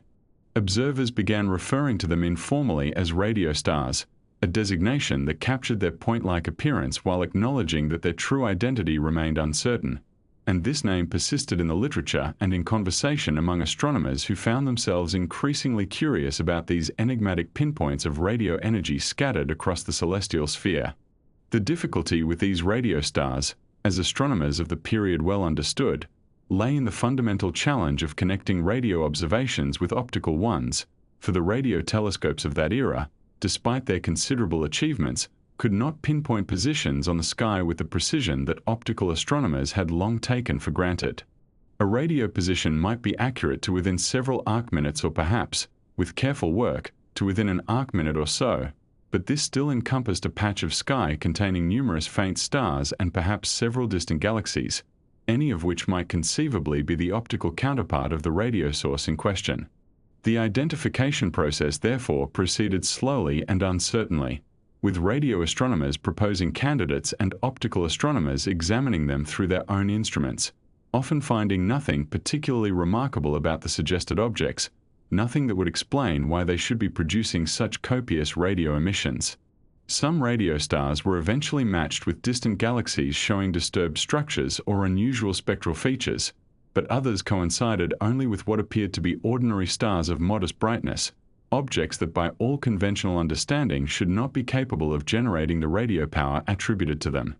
The breakthrough that would eventually transform understanding of these objects required not only patience and careful observation but also a certain amount of improvisation and mechanical intervention of a rather direct nature. In the summer of 1962, the astronomer Cyril Hazard was preparing to observe a lunar occultation of the radio source known as 3C273, an object from the Third Cambridge catalogue that had long been recognized as one of the brightest radio sources in the sky and yet had resisted optical identification due to the imprecision of its measured position. The technique Hazard intended to employ was elegantly simple in principle, for as the Moon moves across the sky in its eternal orbit, it occasionally passes directly in front of distant sources, blocking their radiation in a precisely timed disappearance that can reveal the position of the source with far greater accuracy than direct radio observation might achieve.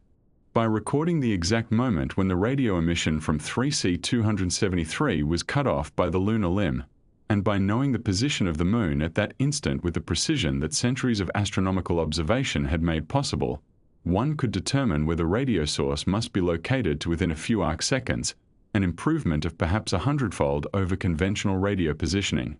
The occultation was to be observed using the Great Radio Telescope at Parkes in New South Wales, that magnificent dish of 6 to 4 meters diameter that had been completed only the year before and represented one of the finest instruments of its kind anywhere in the world.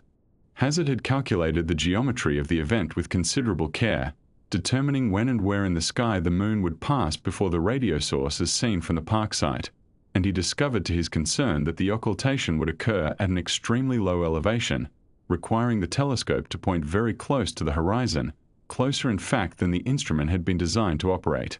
The engineers who had constructed the Parkes telescope had wisely installed safety stops, mechanical bolts that prevented the dish from tilting beyond certain limits to protect the delicate structure from damage, and these stops now stood between Hazard and his observation of what promised to be a scientifically valuable event. The solution, arrived at through consultation with the observatory staff and implemented with the practical resourcefulness that often characterizes astronomical fieldwork, was simply to remove the offending bolts, allowing the telescope to tip to the unprecedented angle required to observe the occultation as it occurred near the horizon. On the night of August 5, 1962, with the safety bolts removed and the great dish tilted to its extreme position, Hazard and his colleagues recorded the occultation of 3C273 with gratifying success, observing both the disappearance of the source behind the Moon and its subsequent reappearance as the lunar disk moved onward. The data revealed something unexpected and intriguing, for the radio source was not a simple point but appeared to consist of two components, a compact central region and a secondary feature offset slightly to one side, and both components could now be positioned on the sky with an accuracy of about 1 arcsecond. Armed with this precise location, optical astronomers could at last search for the counterpart of 3C273 with reasonable confidence that they would find it. And what they found when they turned their telescopes to the indicated position was a faint bluish object that resembled, at first glance, nothing more remarkable than an ordinary star of 13th magnitude, accompanied by a peculiar jet or wisp of luminosity extending to one side, corresponding neatly to the offset radio component that Hazard's occultation had revealed. The optical spectrum of this star-like object was obtained at the Palomar Observatory in California, using the great 200-inch Hale telescope that remained at that time the largest optical instrument in the world, and the astronomer Martin Schmidt undertook the analysis of the resulting spectral data in the early weeks of 1963. What Schmidt observed in the spectrum was puzzling in the extreme, for while the pattern of emission lines was clearly present and well-defined, the lines themselves did not correspond to any familiar arrangement of atomic transitions at their expected wavelengths. For some weeks, Schmidt contemplated this peculiar spectrum, attempting various interpretations, considering whether unusual abundances of elements or unfamiliar physical conditions might explain the observed features, and finding each hypothesis unsatisfactory in one respect or another. The resolution came to him, as such realizations often do, through a shift in perspective rather than through the accumulation of additional data, when in February of 1963 he recognized that the pattern of lines could be explained quite naturally as the ordinary spectrum of hydrogen, the most abundant element in the universe, but shifted dramatically toward longer wavelengths by an amount corresponding to a recession velocity of nearly 47,000 kilometers per second.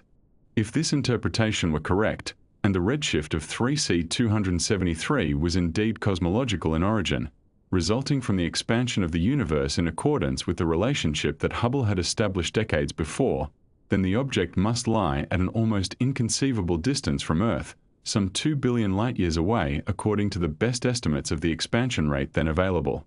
This in turn implied that the luminosity of 3C273, the actual energy output required to make it appear as bright as it did across such an immense gulf of space, must exceed that of an entire galaxy of ordinary stars by a substantial factor, perhaps 100-fold or more. And yet all this energy was emerging from a region small enough to appear star-like through the most powerful telescopes that human ingenuity had constructed. Schmidt's announcement of these findings created considerable excitement within the astronomical community, for here was an object that challenged fundamental assumptions about the energy generation capabilities of cosmic sources and opened entirely new questions about the physical processes operating in the distant universe. Almost simultaneously with Schmidt's work on 3C273, his colleagues Jesse Greenstein and Thomas Matthews were examining the spectrum of another problematic radio star, the source designated 3C48, which had been tentatively identified with a faint bluish stellar object some years earlier but whose spectrum had proven equally baffling to interpret. With Schmidt's insight into the nature of 3C273 as a guide, Greenstein and Matthews re-examined the spectrum of 3C48 and found that it too could be understood as a familiar pattern of emission lines, shifted to longer wavelengths by the expansion of the universe, but in this case the redshift was even larger, corresponding to a recession velocity of about 1/3 the speed of light and implying a distance several times greater than that of 3C273. The recognition that 3C48 was even more remote and more luminous than its companion only deepened the mystery, for whatever physical mechanism was responsible for powering these objects must be capable of producing energy at rates that seemed almost impossible to reconcile with the known processes of stellar physics. The theoretical crisis provoked by these discoveries was both profound and stimulating, for astronomers and physicists found themselves confronted with objects that seemed to violate the comfortable limits they had come to accept for cosmic energy generation. The first and most natural suggestion was that these quasi-stellar sources might represent the simultaneous explosion of many supernovae within a compact region, perhaps a dense cluster of stars undergoing some catastrophic evolutionary event. But calculations quickly showed that even hundreds or thousands of supernovae detonating together could not sustain the observed luminosity for the periods implied by the unchanging appearance of these objects over months and years of observation. The energy requirements were simply too severe, demanding the equivalent of several solar masses converted entirely into radiant energy each year, and no known nuclear process could maintain such an output from a region small enough to appear point-like at extragalactic distances. Some theorists propose that these objects might be sites of matter-antimatter annihilation, where clouds of normal matter were somehow encountering substantial quantities of antimatter and converting their combined mass entirely into gamma radiation with perfect efficiency, the ultimate expression of Einstein's equivalence of mass and energy. This hypothesis had a certain elegant appeal, for annihilation does indeed liberate energy with 100% efficiency, far exceeding the fraction of a percent that nuclear fusion can achieve. But it founded on the question of how such quantities of antimatter could exist in the universe, and how matter and antimatter could be brought together at the required rates without explosive mutual destruction that would disperse the material before significant annihilation could occur. The matter-antimatter theory found supporters for a time, but the difficulties of the scenario were recognized by most workers in the field, and attention began to turn toward gravitational processes as a possible alternative. The notion that gravitational energy might power these extraordinary objects emerged gradually through the work of numerous theorists who recognized that the gravitational collapse of matter toward a sufficiently compact central mass could in principle liberate enormous quantities of energy, far exceeding what nuclear processes could provide. As material falls inward under gravitational attraction, it accelerates and heats, and if some fraction of this gravitational potential energy can be converted to radiation before the infalling matter disappears from view, the resulting luminosity might approach or even exceed what the quasi-stellar sources required. These ideas would eventually develop into the modern understanding that quasars are powered by supermassive black holes accreting surrounding matter, but in the early 1960s the theoretical framework was still incomplete, and the nature of the central engine remained a subject of vigorous debate and considerable uncertainty. The terminology applied to these objects evolved alongside the scientific understanding, passing through several variations before settling on the familiar word that would enter both scientific literature and popular awareness. The full designation quasi-stellar radio sources was accurate but cumbersome for frequent use, and astronomers naturally sought abbreviations that might serve in technical discussions and informal conversation alike. Various shortened forms circulated within the community, but the term that eventually achieved universal acceptance was introduced by the astronomer Hongyi Chu in a review article published in the journal Physics Today in May of 1964, where he proposed the word quasar as a convenient contraction. The name proved immediately popular, being easy to pronounce and to remember, distinctive enough to avoid confusion with other astronomical terms, and somehow evocative of the exotic and distant nature of the objects it described. Within a remarkably short time, quasar had displaced all competitors and become the standard designation, appearing in textbooks, research papers, and popular accounts with equal frequency, a linguistic success that perhaps owes something to the inherent appeal of the word itself, which seems to carry within its two syllables a hint of the cosmic mystery that made these objects so fascinating to those who first encountered them. In the years following the Second World War, the world found itself divided along ideological lines, with the great powers of East and West regarding one another across an ever-widening chasm of suspicion and rivalry. And yet, in the quiet pursuit of understanding the radio universe, something rather remarkable occurred, something that might warm your thoughts as you settle deeper into stillness. For radio astronomy, with its enormous instruments and its patient cataloguing of cosmic whispers, became one of those rare endeavors where the barriers of politics and ideology prove somewhat more permeable than they did elsewhere, where scientists on both sides of what would come to be called the Iron Curtain found ways to share their discoveries, to build upon one another's work, and to remind themselves that the universe, in its vast indifference to human quarrels, belonged to no nation, and answered to no flag. In the Soviet Union, the development of radio astronomy proceeded with characteristic determination, drawing upon the considerable mathematical and theoretical traditions that had long flourished in Russian physics. The Crimean Astrophysical Observatory, situated on the southern peninsula that juts into the Black Sea, became one of the important centers for this work, its relatively mild climate and distance from the industrial interference of major cities making it well suited to the sensitive business of detecting faint cosmic signals. Here, Astronomers worked to develop instruments and techniques that would allow them to contribute to the growing understanding of the radio sky, even as their Western colleagues pursued similar goals with different resources and under different circumstances. Perhaps more significant still was the work conducted at the Lebedev Physical Institute in Moscow, known by its Russian initials as FIAN, where two theoreticians of exceptional ability helped to shape the understanding of radio emission from cosmic sources.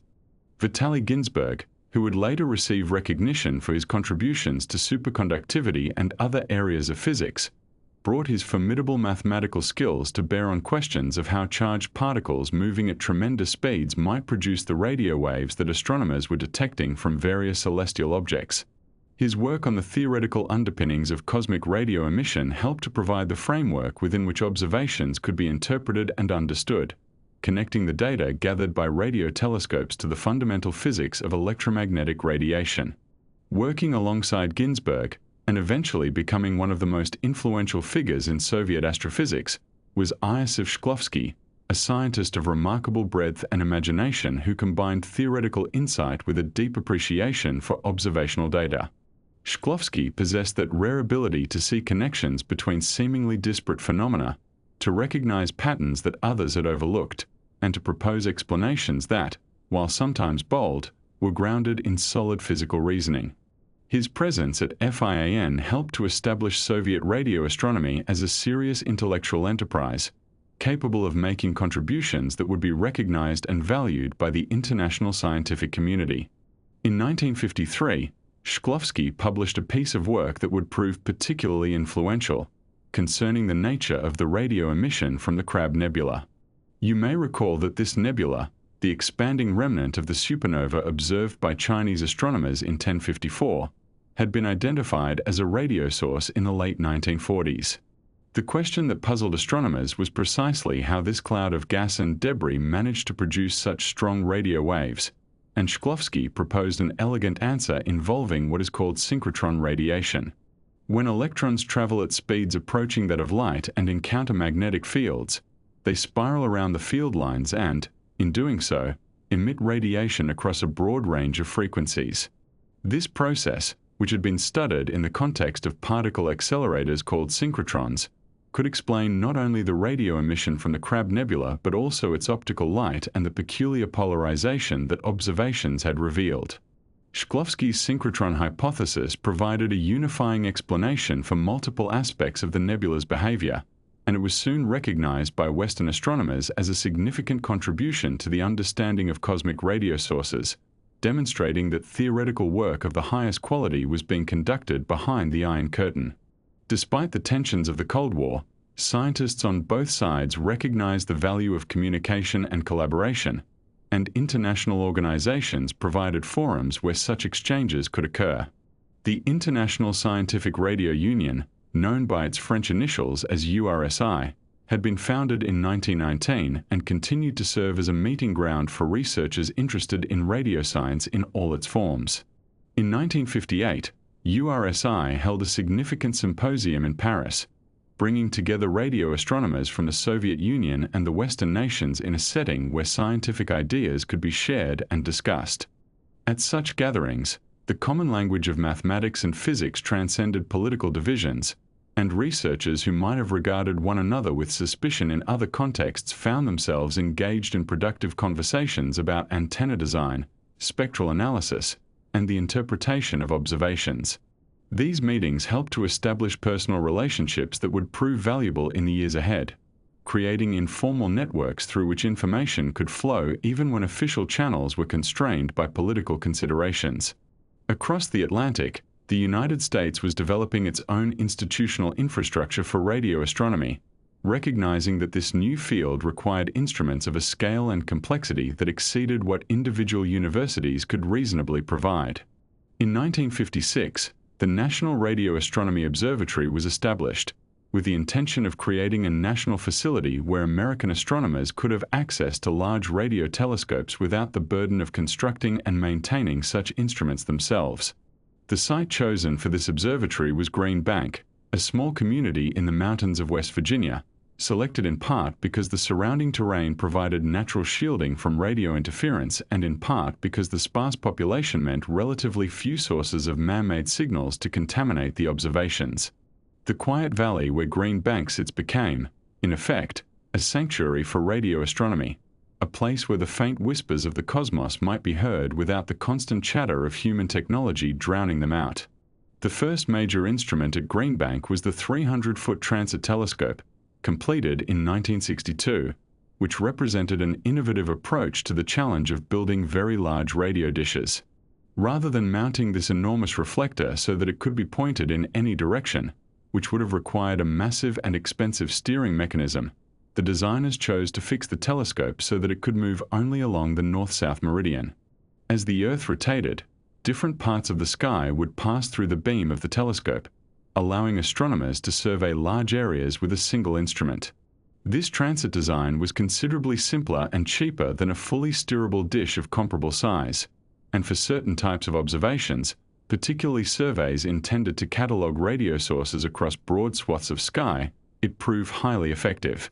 The 300-foot dish at Green Bank became an important tool for American radio astronomy, contributing to numerous surveys and studies during its operational lifetime. Yet the limitations of a transit instrument were also recognized, and work proceeded on a fully steerable telescope that would allow astronomers to point at any part of the sky and to track objects as they moved due to the Earth's rotation.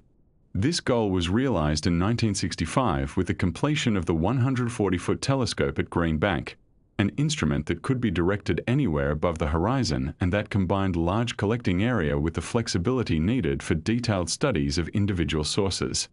The engineering challenges involved in building a dish of this size that could maintain its precise shape while being moved about were considerable, but the result was a telescope that would serve American radio astronomy for decades, contributing to discoveries in areas ranging from the structure of our own galaxy to the properties of distant quasars. Meanwhile, in the Netherlands, the post-war years brought both challenges and opportunities for the astronomical community that had been so instrumental in the theoretical foundations of radio astronomy. The country had suffered greatly during the German occupation, and the rebuilding of scientific infrastructure was a matter of both practical necessity and national pride. Dutch astronomers, mindful of the important role that their country had played in predicting the 21-centimeter hydrogen line, were determined to participate fully in the observational work that would follow. The result of their efforts was the Dwingeloo Observatory, located in the northeastern part of the country, where a 25-meter dish was completed in 1956. This telescope, while modest in size compared to the largest instruments being built elsewhere, was well suited to the particular strengths of Dutch astronomy, and it contributed significantly to studies of neutral hydrogen in the Milky Way and in nearby galaxies. The Dwingeloo telescope represented a continuation of the tradition established by Oort and his colleagues, applying careful observation and theoretical insight to questions about the structure and dynamics of the universe. As the instruments grew larger and more sensitive, and as the understanding of radio emission mechanisms became more sophisticated, some astronomers began to contemplate a rather extraordinary possibility.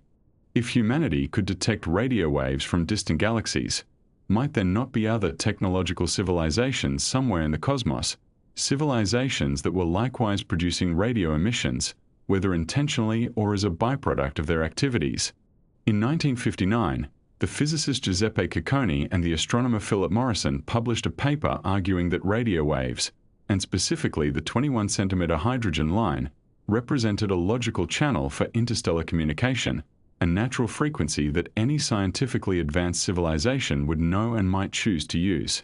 This paper helped to establish the intellectual framework for what would come to be called the Search for Extraterrestrial Intelligence, or SETI, transforming a speculative idea into a subject worthy of serious scientific consideration. The theoretical groundwork laid by Cacconi and Morrison found practical expression in April of 1960, when a young American astronomer named Frank Drake pointed the 85-foot telescope at Green Bank toward two nearby stars and listened for signals that might indicate the presence of intelligent life.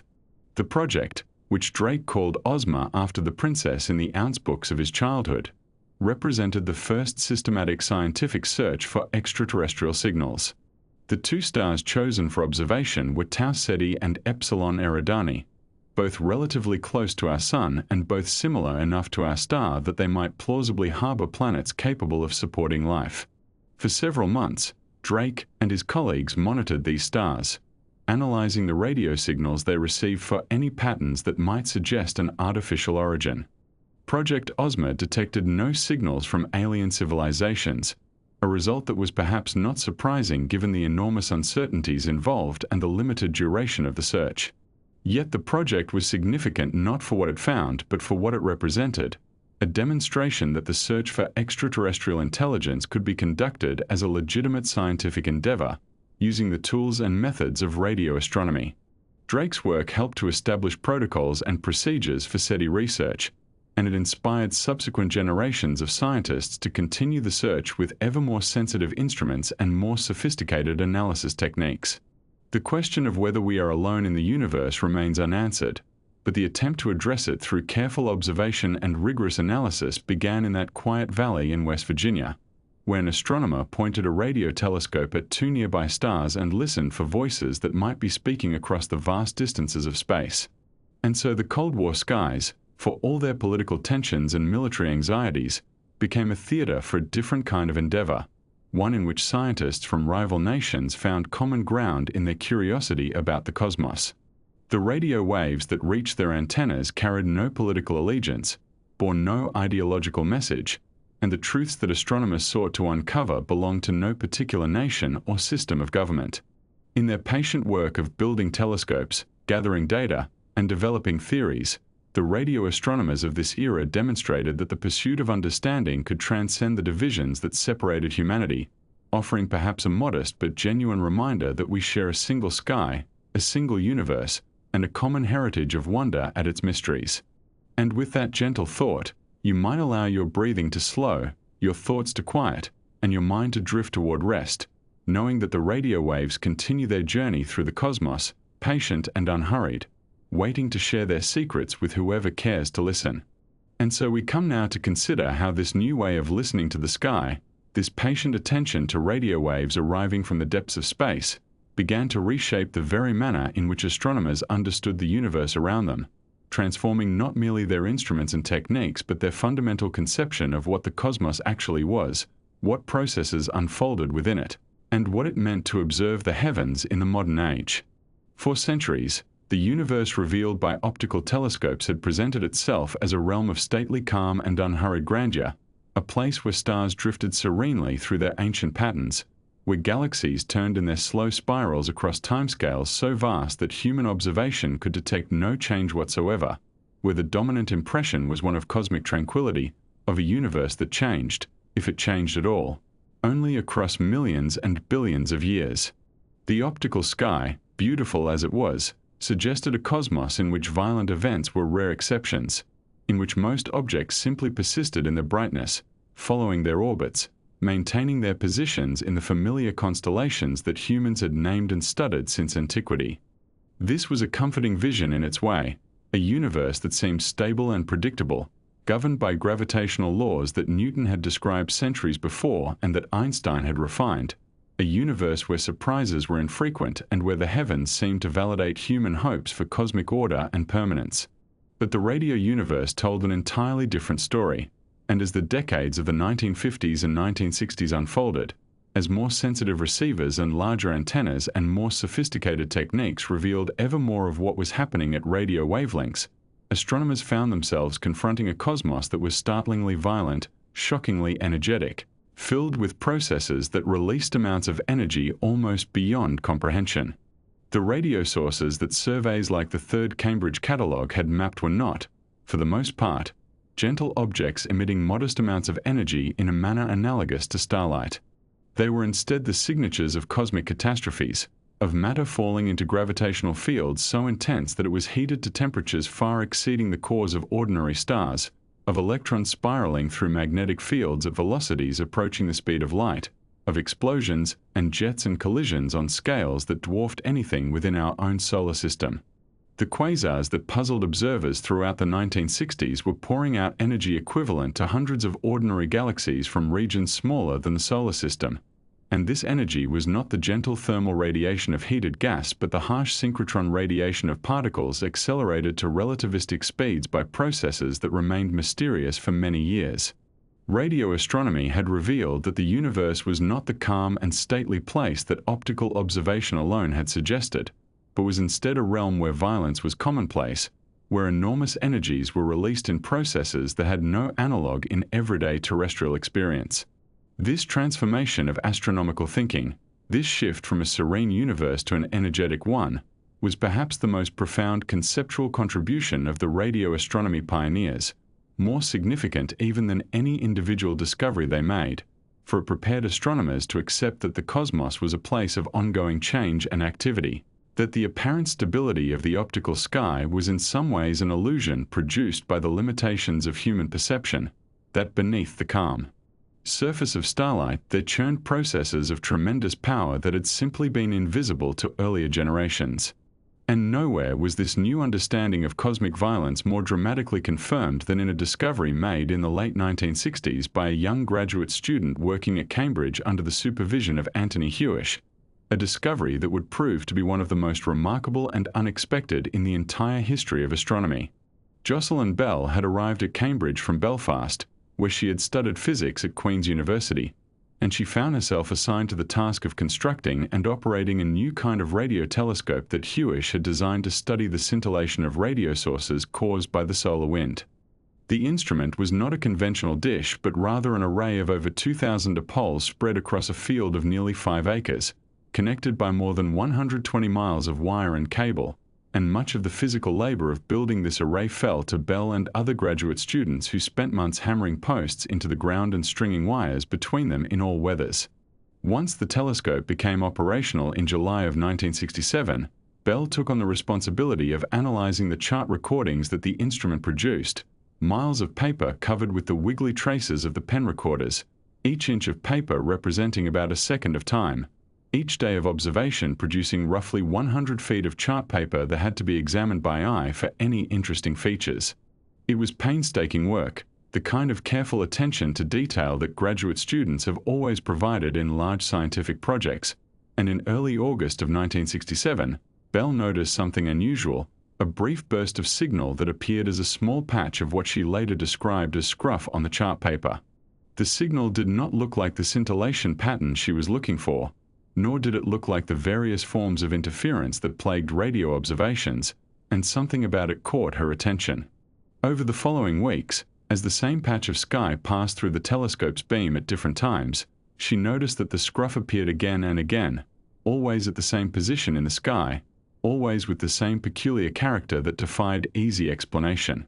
In November, using a faster chart recorder to examine the signal in more detail, Bell made the remarkable discovery that the scruff was not random noise at all, but was instead a series of precisely spaced pulses, each pulse lasting about 1/30th of a second, with the pulses repeating at intervals of approximately 1.337 seconds with extraordinary regularity. Nothing in astronomy had ever behaved like this before.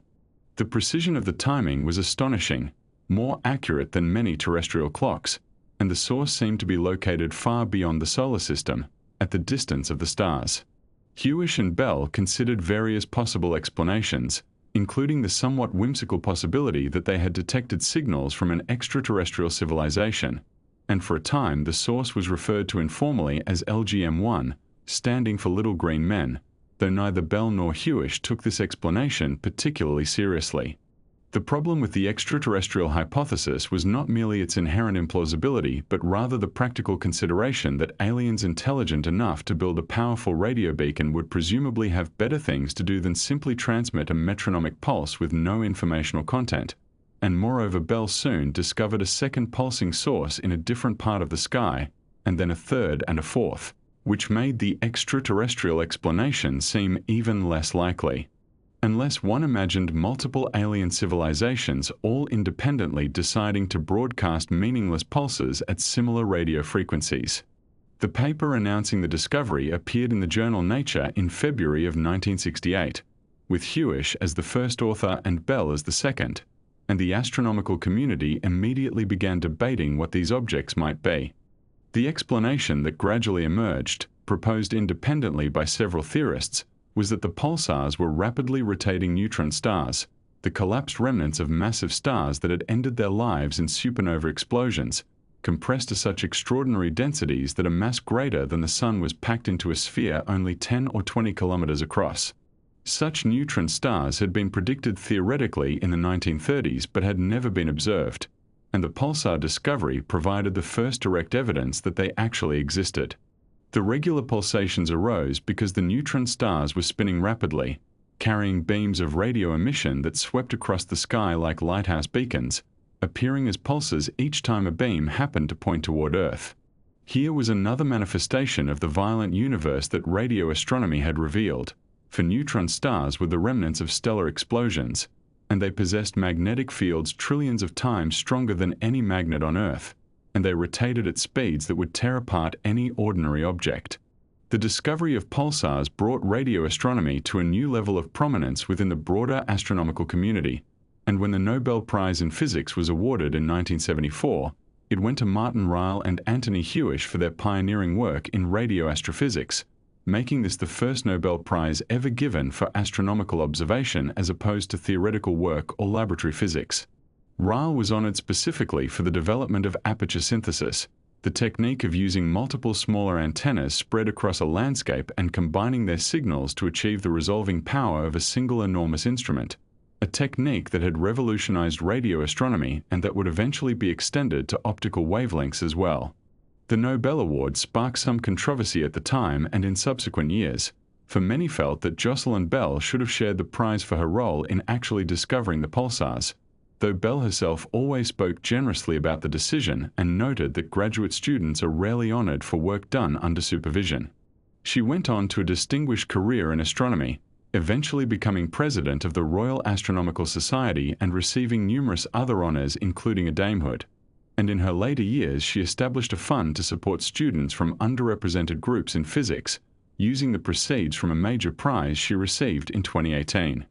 Even as the pulsar discovery was capturing public attention, the techniques of radio astronomy continued to advance in ways that would lead beyond the golden age into what we might call the modern era of the field.